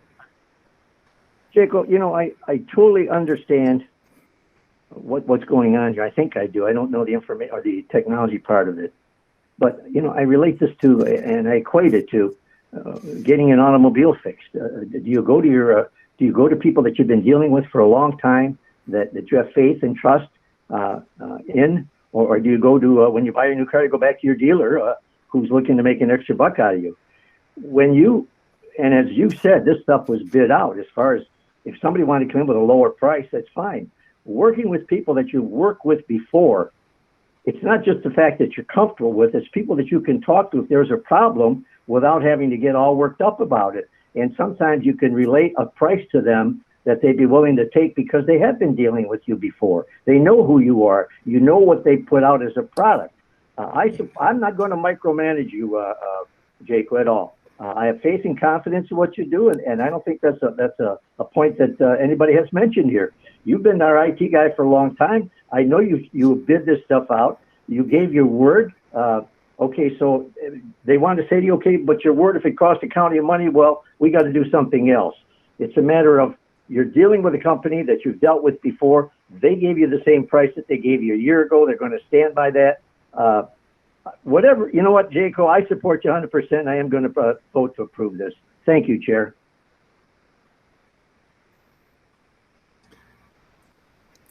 Any other commissioners? Chair, Barb Zinner, I have my thing on, but it must not be coming to you. I agree with Commissioner Romano. I appreciate everybody's input, and I see where they're coming from. And I think this, and he did say that he put the bids out and nobody from the county or the other areas responded. So maybe they would respond now, but I mean, you know, you're busy. You need to keep moving. And when you have someone that you've worked with, and you know, I told you, I don't like to spend money unless it's necessary. So a few dollars more with someone that you've worked with and you have confidence with makes all the difference. We all do that with our homes in different situations, our cars, like Commissioner Romano said. And that COVID hit, and it just caused trouble everywhere. I believe him when he said he meant to come to the board, but he didn't get there. And I think I'm with him also. Thank you very much, everyone. And with that, Chair, I'll call the question. Thank you. The question's been called. Please vote.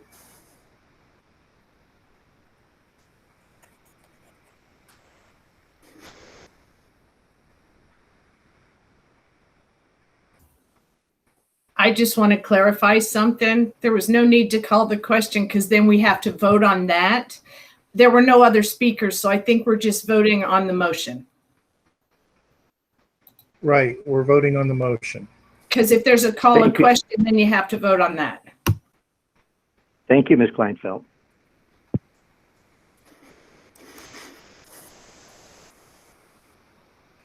That motion fails 6-7 with Commissioners Kleinfeld, Song, Van Sickle, Matuzak, Kraft, Haw, and Wallace voting no.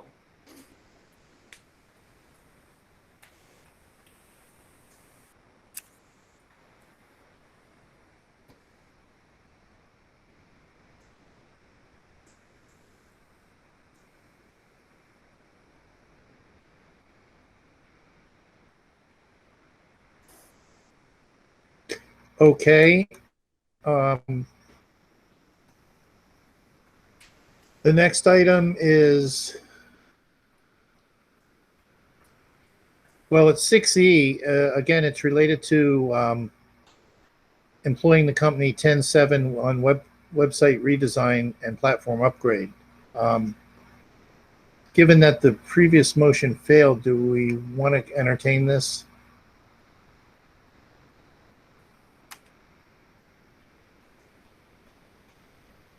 I need a little bit of parliamentary help All here. right, Chair, because it's on the agenda, I'll make a motion that we do not move this to full board. Commissioner Song, second. Any discussion? Please vote. Yes, I'll make a comment. Certainly. Are we voting no to not move it, or are we voting yes to not move it? I'm sorry. A yes vote means we're not moving it, because I made a motion to not move it to full board. Okay. I just want to make one more comment to Jaco. I know you've been working extremely hard, and I enjoy you coming to our meetings and explaining this process to us. And I hope that you will be able to take this to bid. And if 10-7 wants to resubmit a bid, we're open to that as well. So thank you. Yes. Thank you. Okay, Mike, go ahead. Let's bid. Vote.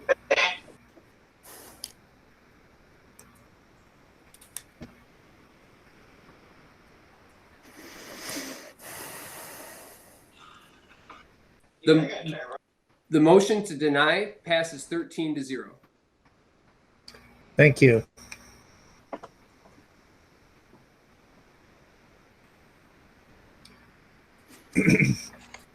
Okay, 6F, agreements for information technology maintenance agreement for first quarter 2021 package 5.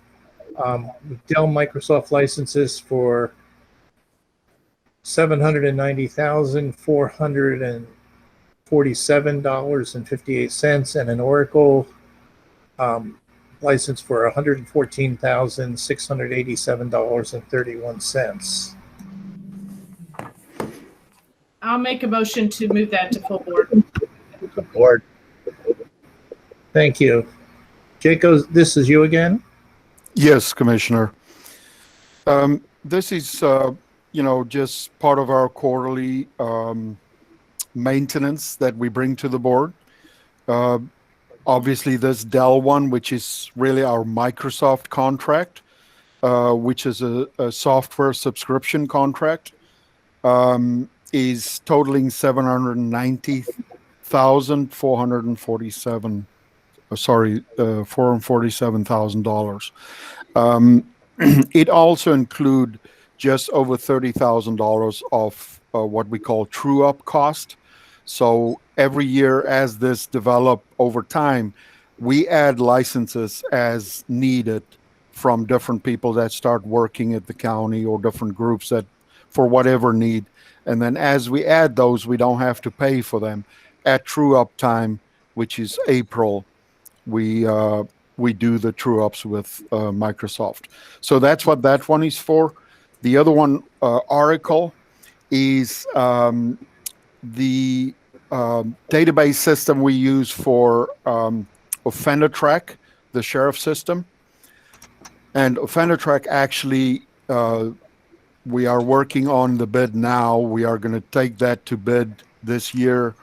And we have to replace the current project or the current software package that we have, Offender Track, with something new, as that is end of life, end of next year.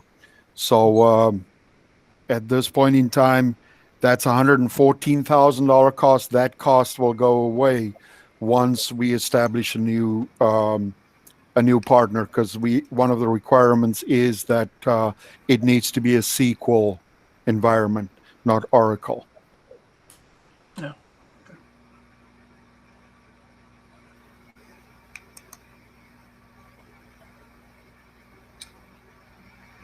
Questions?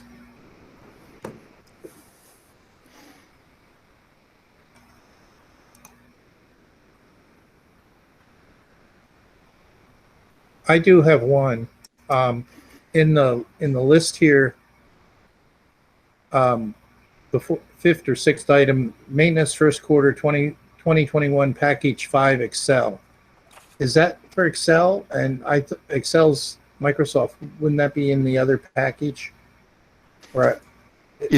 Are you talking about the Excel spreadsheet, Commissioner? On the title of the attachments, there's two attachments at the bottom. One is maintenance first quarter 2021 package 5 Excel, and then the second one is just maintenance first quarter 2021 package 5. Yeah, I think what we do is on the board's request, we are providing an Excel spreadsheet just to total the different items. And that's what we've done in the past. And so every time we submit, there's this Excel spreadsheet that goes with it. Okay, so that just means that the data file is in the Excel spreadsheet format, not that it's about Excel. Yeah, it's not about Excel, no. Thank you. That clarified that. Excel is actually part of the Microsoft contract that we just talked about.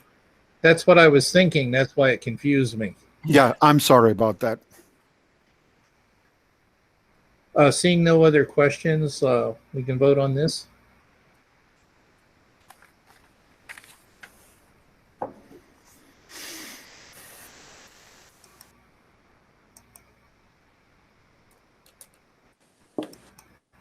That motion passes unanimously.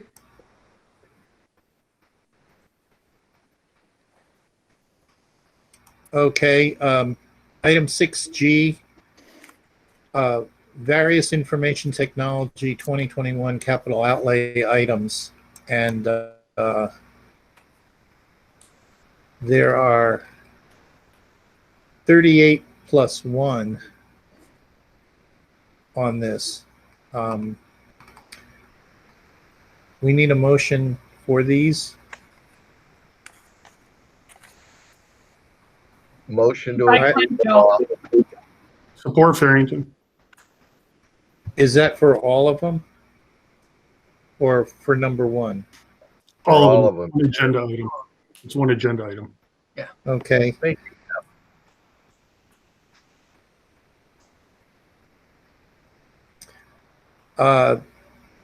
Jaco, you're on. Thank you, Commissioner. In 2019, we met with the board at that point in time. Commissioner Brown, as well as Commissioner Kraft, was part of the group that we met with. Commissioner Duget was the other one who is not a commissioner anymore. We met and discussed, how we can bring forward our operational cost so that we do it once a year, because these things happen continuously on a daily basis. And for us to bring every single item that we have to purchase to the board is just going to be very, very hard and very difficult and slow. And that's where this originated from. So at that point in time, this format that you see today here, that's the format that we decided on to do. And really what it is it's different line items, which I will quickly describe. But then under each line item where we could put pricing, we put the pricing underneath there as well, so that you can see what type of equipment we purchase, usually under that agreement. And obviously there's some areas where pricing is not easily explained. And that one of those is, for example, upgrades. I think it's item 12 or item 9 or 10, if I'm not mistaken. Like I said, this is the format that we agree upon. Obviously, the question of bidding stuff out and so forth is always on the forefront. I just have to mention when it comes to purchasing PCs, network equipment, all of those, that's either, and you can ask specific questions anytime, that's either of our current vendors that we use for that specific type of equipment. When we did our RFQs, it also included pricing. Or it is systems like REMC, if you're familiar with that, where we can buy off of. It is multiple states that participate in that, and they negotiate that on a regular basis. So, for example, our HP computers that we purchase for the county is done on a REMC contract. And that's the best price we can get, very, very competitive. If we go out to bid, there's no way we can get it close to that. So there's those type of things that we use on the back end to make sure that our purchases are always done according to our purchasing process. If I can just quickly speak about the line items, the first one is PC replacement. That is replacement of existing PCs. We have a 5-year replacement plan for our PCs. And when I say PCs, it's laptops, workstations, MDCs, which is the mobile computers used in the police cars, and so forth. Those are replaced on a 5-year replacement schedule. So we have a list of when they come up, and then we come to the board and provide you this information. The next item is printers and scanners. We have a budget to replace printers and scanners throughout the county as things break and so forth. That is an amount of $40,000 that we have as part of this budget. We also have Cisco phones, which is the third item for an amount of $40,000. That's desk phones, desk equipment when it comes to the phone systems and how we use those throughout our organization. The fourth, sorry. That's okay. I just need to ask a question because I'm not quite understanding. So under the Cisco one, there's the note that in 2020 we spent $13,722.30 of $40,000. That's correct. And then there's a budget note that says the request is to approve the purchase of telecommunications equipment for 2021. The total cost is estimated to be $40,000. So what we're looking at is this first is the $40,000 that's highlighted on the sheet, or are we adding it to the other $40,000? No, it is $40,000. The information that I provide there is just so you can see how much of this budget we spent last year. We obviously tried to spend the budget as requested. Last year was a very difficult year because of COVID-19. So in some cases, we spend less than what we normally would, but that's what that means. Okay, thank you very much. I was just momentarily confused. Thank you. No problem, Commissioner. Then miscellaneous user hardware. When we do our budgeting with our departments middle of the year, usually around May, at that time, departments voice to us needs that they have regarding new equipment to do their normal business. This $114,000 is for that purpose. That budget has come down very, very significantly. And one of the main reasons is because of the CARES Act spending we did over the past year. A lot less needs in departments at this point in time. And also remote work makes a big difference. When it comes to Cisco network hardware, item 5, that's a $30,000 line item, and that is as things happen. We as an IT department don't always know about construction projects that go out in our county.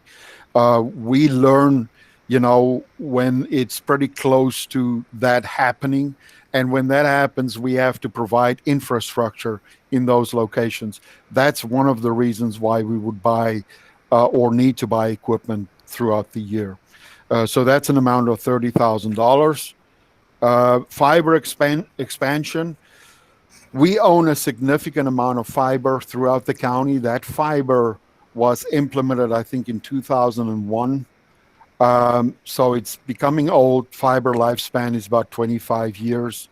At this point in time, as stuff breaks, or we get cuts when they do construction, one of the most common things that happen, they cut a fiber line. Then we have to get the company out to do this for us.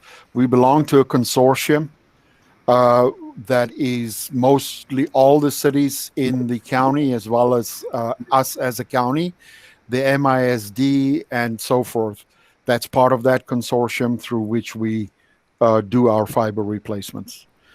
UPS replacements, that's for UPSs and batteries. As they break, we have a significant amount of those throughout the county, and that $30,000 is for that purpose. And as you can see there, Commissioner Matuzak, we spent $28,411 of the $30,000 last year in that regard. The next one is miscellaneous user software. Miscellaneous user software is just what it says. It's software, same thing that our departments need to improve their business process over the next year. So that $98,000 is that request. Our cybersecurity budget is normally $150,000. I've reduced that to $100,000 this year because we had significant spending on cybersecurity through CARES Act. So that was one of the line items we could cut. Item 10 is video wall maintenance, FDR, which is for the record. That's used in the courts to record court proceedings, as well as contact and jail surveillance. That $50,000 is to buy stuff, television, stuff that break, that's not covered under maintenance anymore. So a lot of our equipment is not under maintenance anymore, so we use them until they break. We don't have a replacement plan for that purpose. So that's what we use that money for. This item, system upgrades, item 11, audits and coding. What that really give us, we have many systems. We have over 200 in-house or application system that we host, either host or have hosted in the county. We have to upgrade those obviously on a regular basis.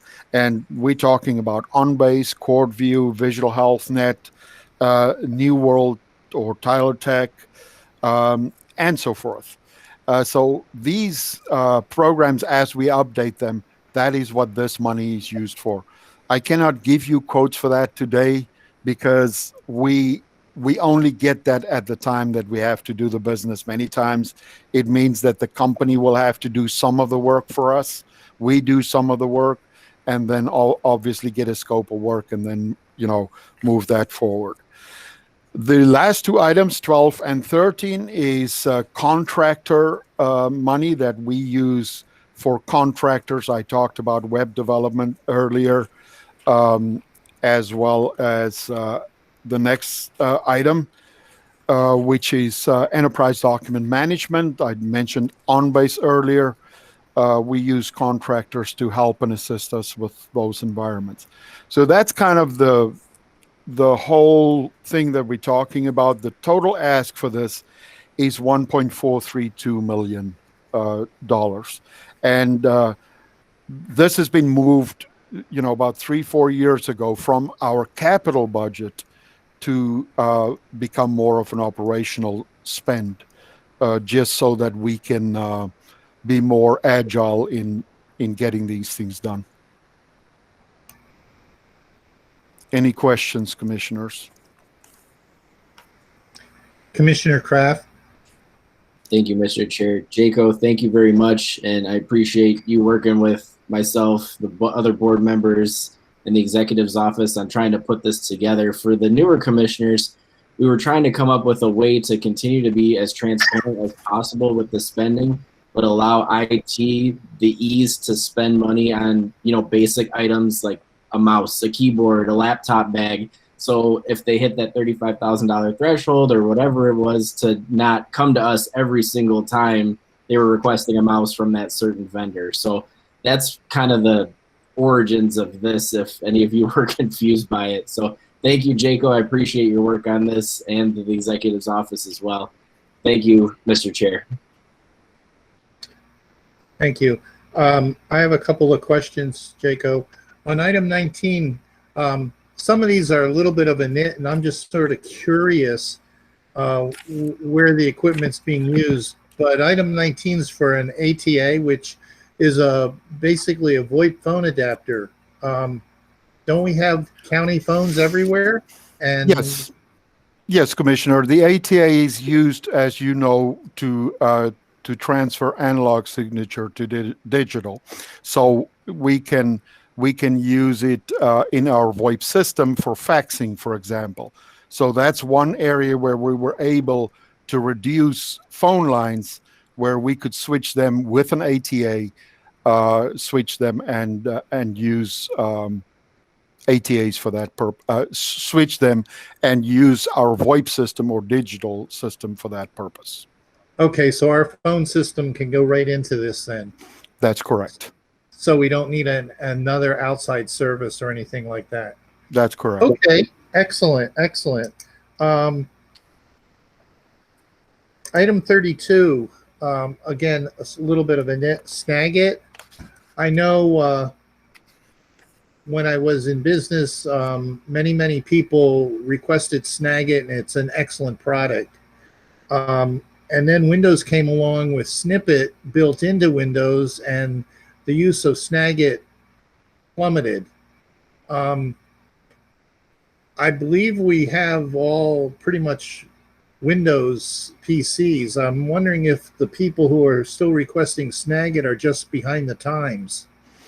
Commissioner, that's an example of the type of product that we purchase. I can tell you that we haven't purchased Snagit for probably at least a year. I cannot remember or recall any Snagit purchases lately. I do know that it has some functionality, I think, that we couldn't get in the Windows environment. I am not 100% sure what that functionality was, but there was a specific purpose why we purchased that for some people in the county. Yeah, Microsoft, in trying to take over the world, has built an awful lot of the functionality. We are well aware of that. Yep. Into their products. So, okay. And item 37, the equipment, including the, 80-some inch TV and all, did you say that's used in the jail? Yeah, we have. Are you talking about televisions? Yeah, Commissioner? Item 37. Yeah, okay, let me just look through it here, because I'm not sure that I'll get to the number. Yes. So, and item 37 is a few items that's not covered anymore. And when you look at Barco power module, that is a module that's used for the video wall at Comtech. That's not under maintenance anymore. And I know we had to replace a few of them over the past 2 years. These items are all, when the Blue Water company is listed next to it, they are all items that's pretty much used on the video wall or surroundings in Comtech. So are these items for replacement or expansion of your video wall at Comtech? No, they for replacement when something breaks. Okay. And just before that, item 36, the Onyx security system for email, is that exclusive to when people are getting their email through their phone? Yeah, so if you have Virtue installed in your mail system, there's some areas in our organization where we have to use encrypted email. And so, for instance, if you want to transmit HIPAA data to somebody else, you have to encrypt that information. And that means that that data then transfers securely from one person to the other. There's various other reasons why we have Virtue, but not everybody in the county has that capability. We implement that as people need it. I think if I remember correctly, we have about 480 licenses issued in the county. We are getting on the verge now of buying an enterprise system. In other words, enterprise licenses versus not, because the cost is coming closer and closer together. Because enterprise, you can do as many licenses as you like. So Now, in your example of sending HIPAA data, would that be end-to-end encryption? And so then even as the data passes through the email server, an administrator on the email server could not really view the contents of that? that's correct. It's end-to-end encryption. Okay. Thank you. That's all I have. Let me get back to...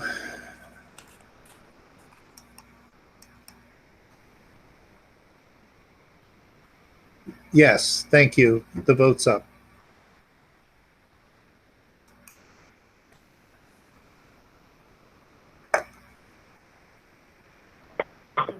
Romano votes verbally yes.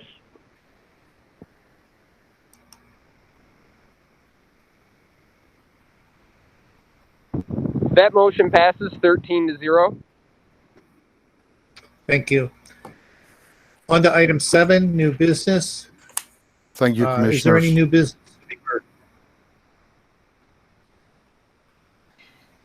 Yeah, I do, Chair. Okay, and then after you, Commissioner Hall. Okay, first, we got an attorney-client opinion with regard to the changes in FOIA and the Emergency Management Act.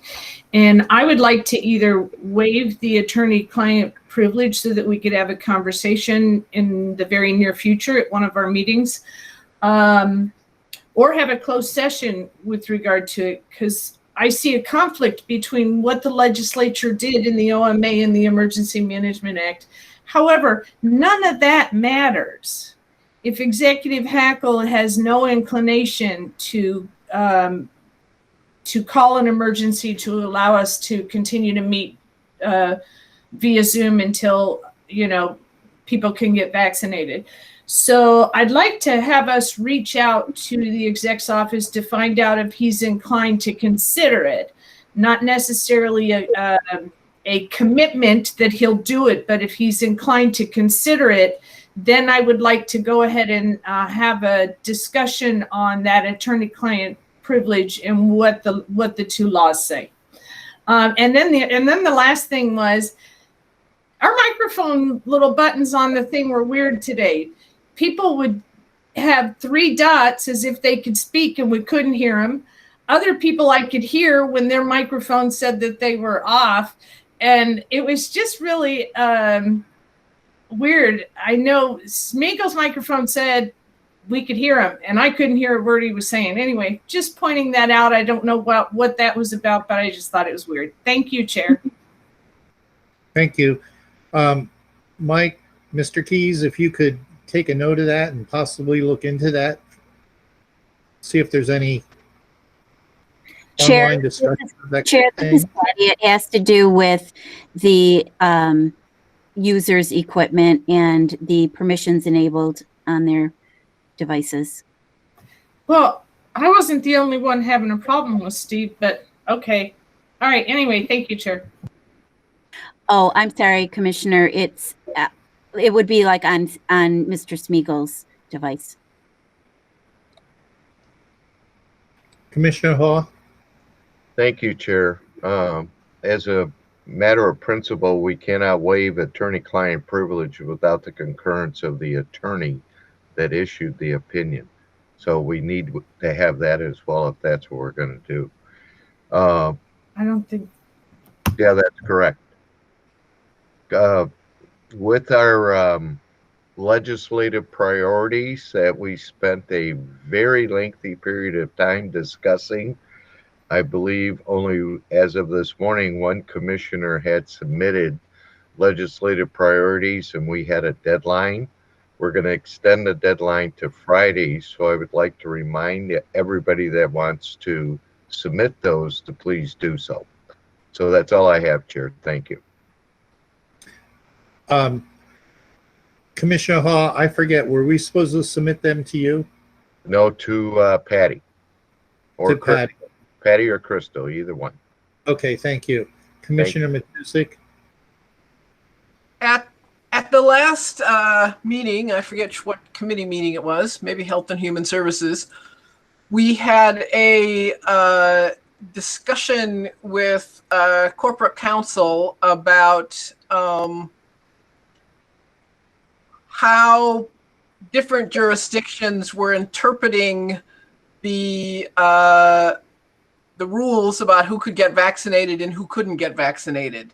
And I just would like to follow up with that to figure out, I don't know quite what the process is, but we had this discussion because some places are interpreting the who's eligible and who's not eligible differently. And we were wondering under what authority and how those decisions can get made in light of the fact that we have a number of speakers coming up who wish us to do that.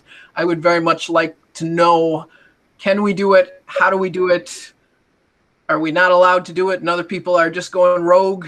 I would really like to follow up with corporate counsel to figure that out and get a report back. And I have no idea how to do that. So, thank you. Are there any other speakers for Yeah. new business? Mr. Chairman, Go ahead. and Commissioner Farrington had his hand up earlier. Commissioner Farrington, did you have a question? No, I just said Commissioner Zenner, did you have a question? I was watching the screen. I saw people put their hands. I thought Commissioner Zinner does. Yes, I do.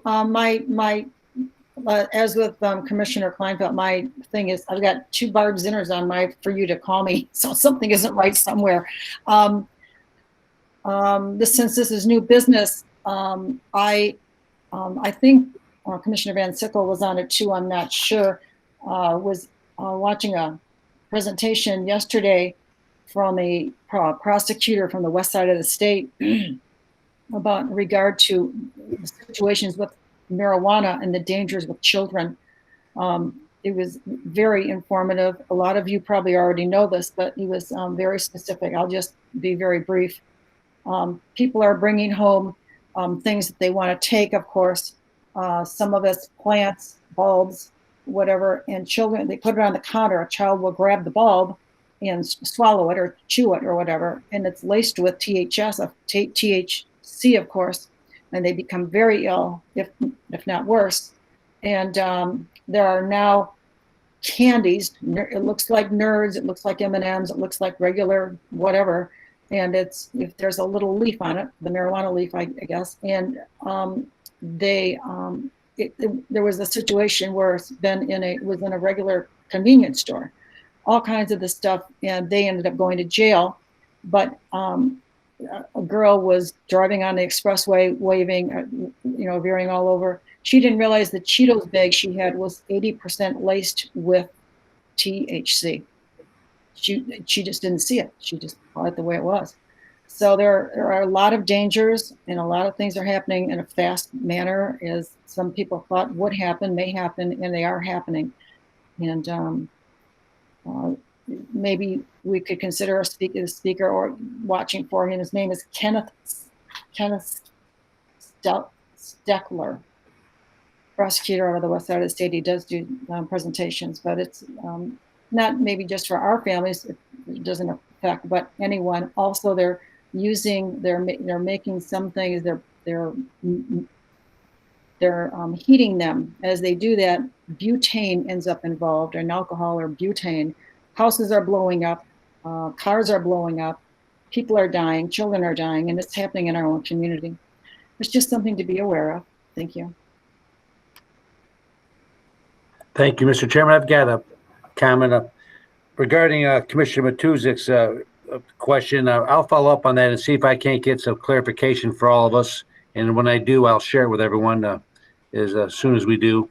And regarding Commissioner Kleinfeld's question as well, we'll clarify the exact whether that privilege can be waived or not. But in either case, we'll have that discussion because it's an important one. So we'll have that on a future agenda at some point soon. So those will be addressed. Thank you, Mr. Chairman. Thank you.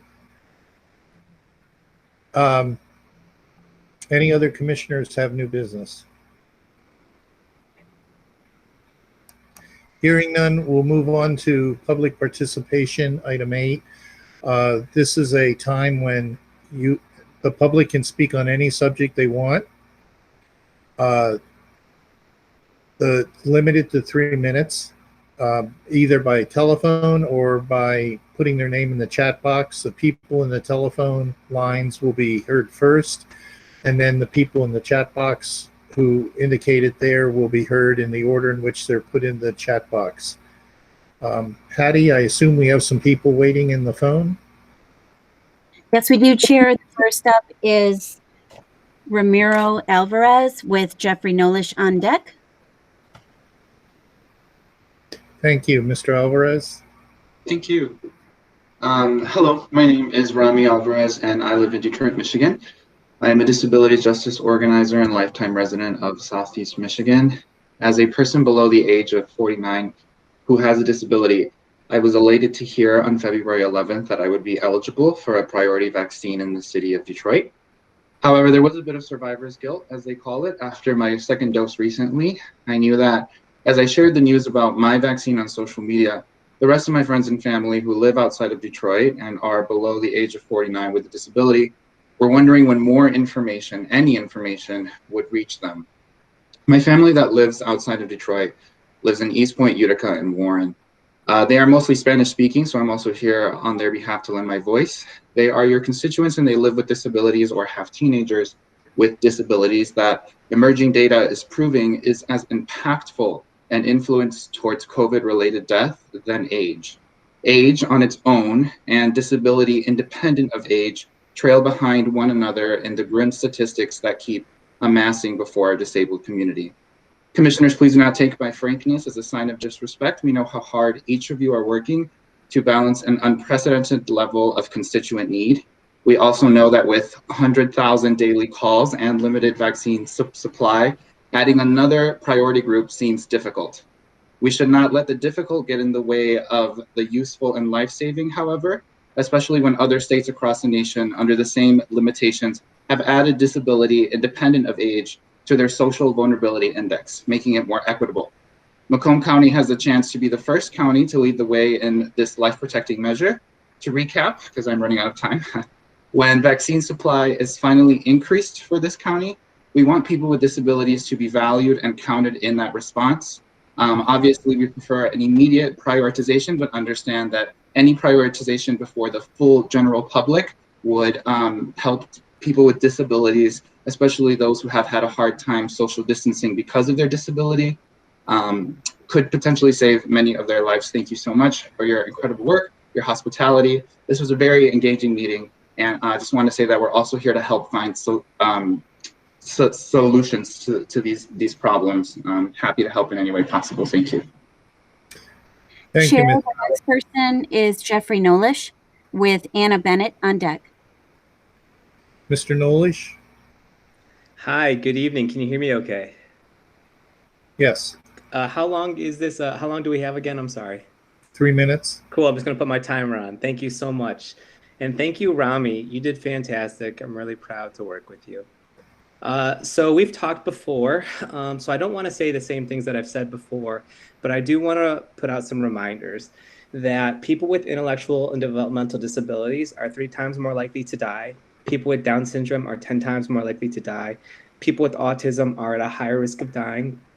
And people with schizophrenia are nearly 3 times more likely to die than the rest of the population, all if they contract COVID-19. We do know today that different communities are honoring and mourning the loss of over 500,000 Americans. And we unfortunately don't have numbers in America or in Michigan and likely Macomb County of how many people with disabilities have passed away as a result of this virus.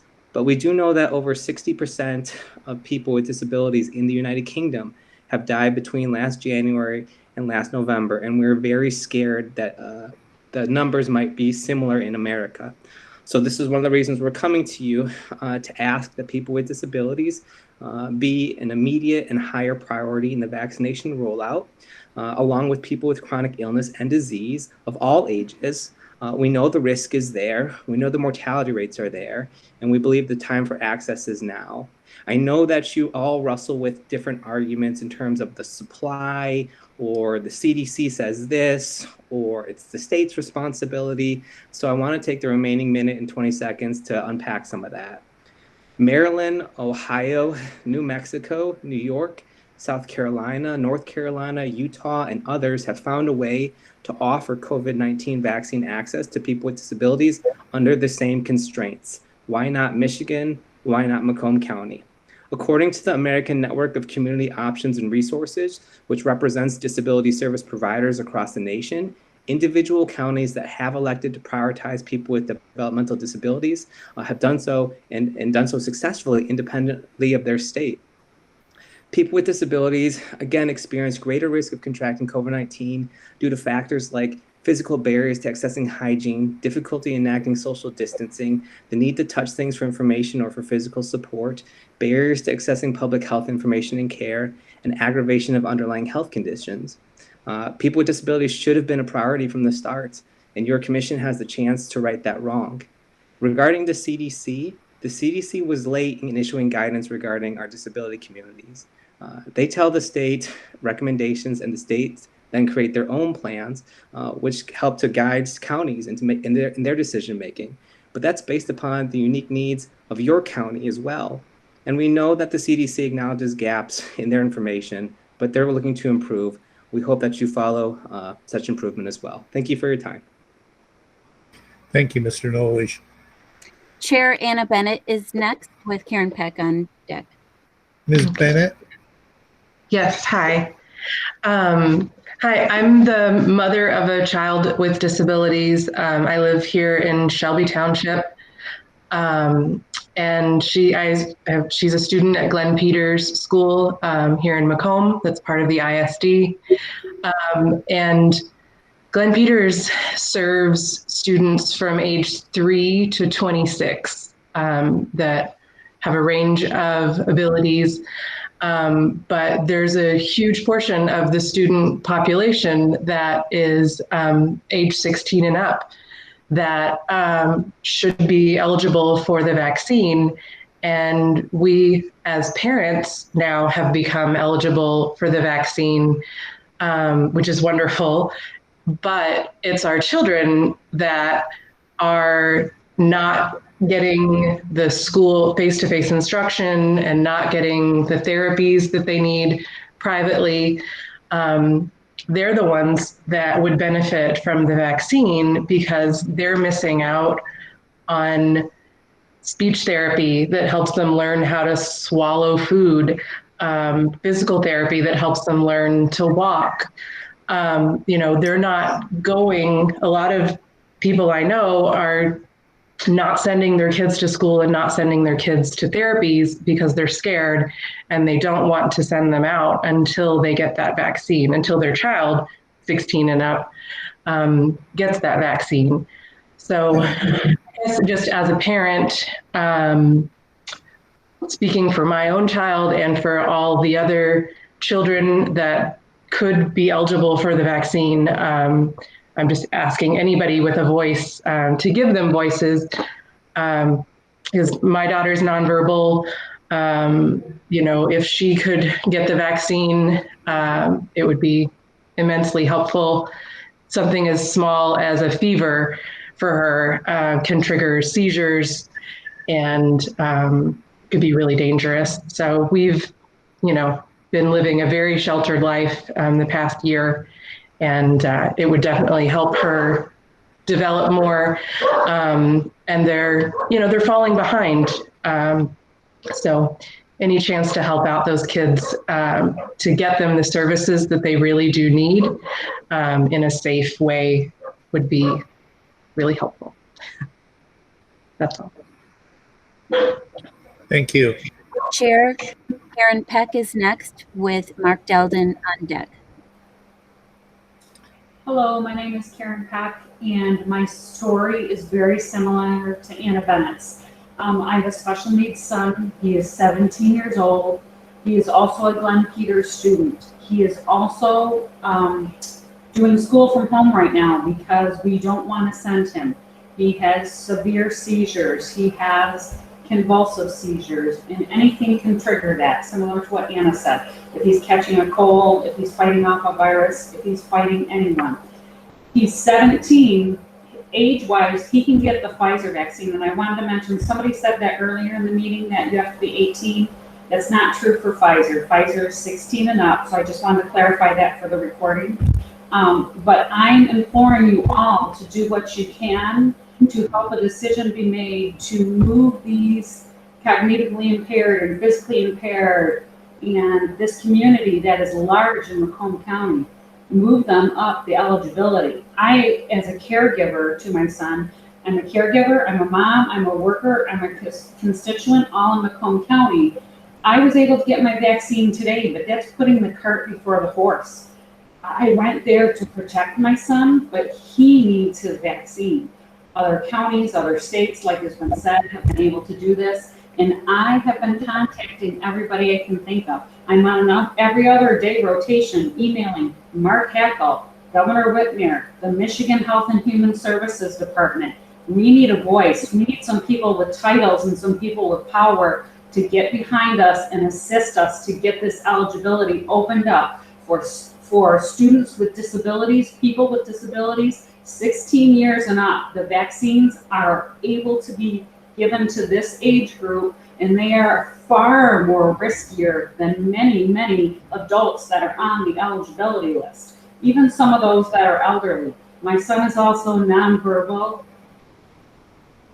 I am lending voice to his fight and to all the other nonverbal and cognitively impaired who can't speak for themselves. And they do have social issues where I don't send my son to school because he's going to hug other children.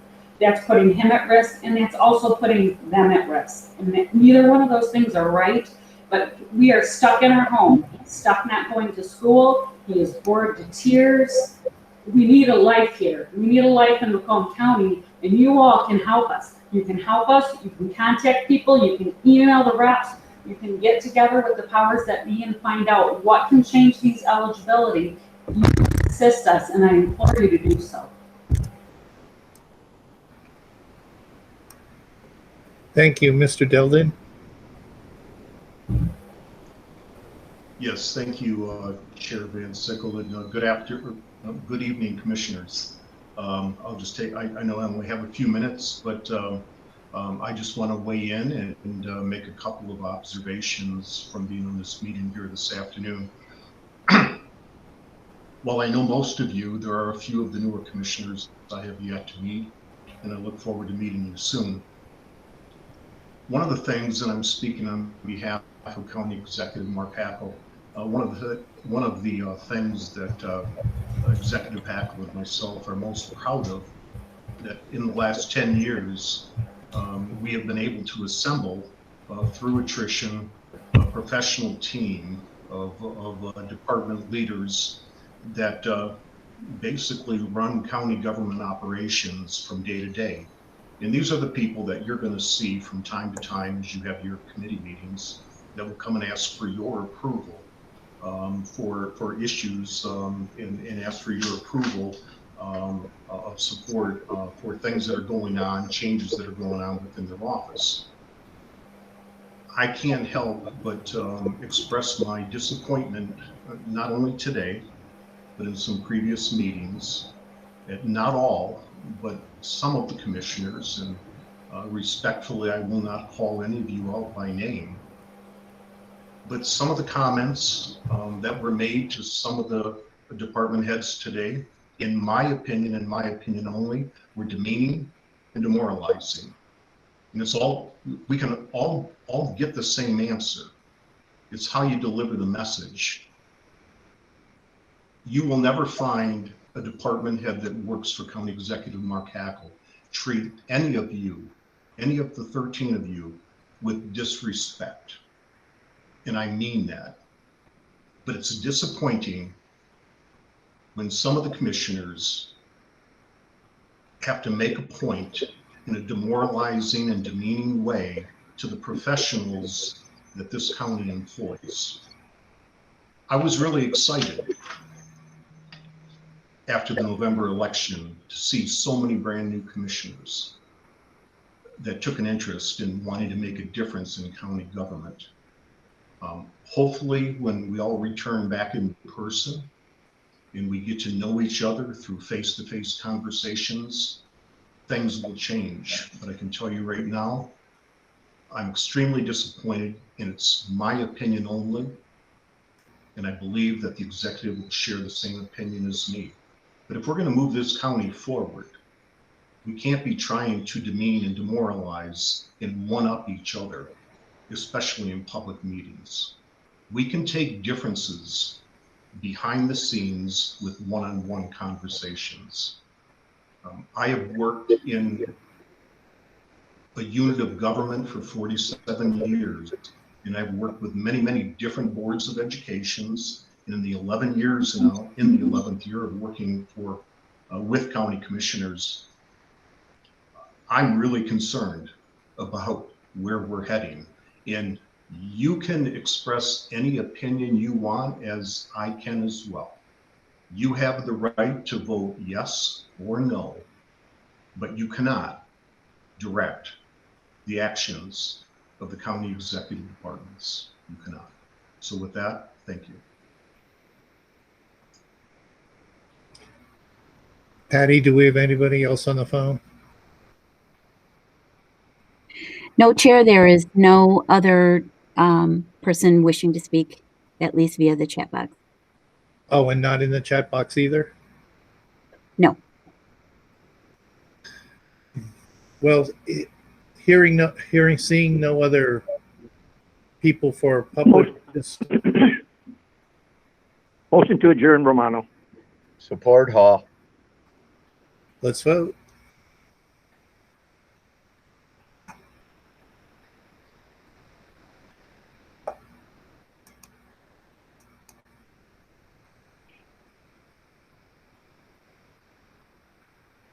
That motion passes unanimously. Thank you all. See you again. Good evening, commissioners. Have a good, pleasant evening. Hope you feel better, Joe. Take care, everybody. Thank you.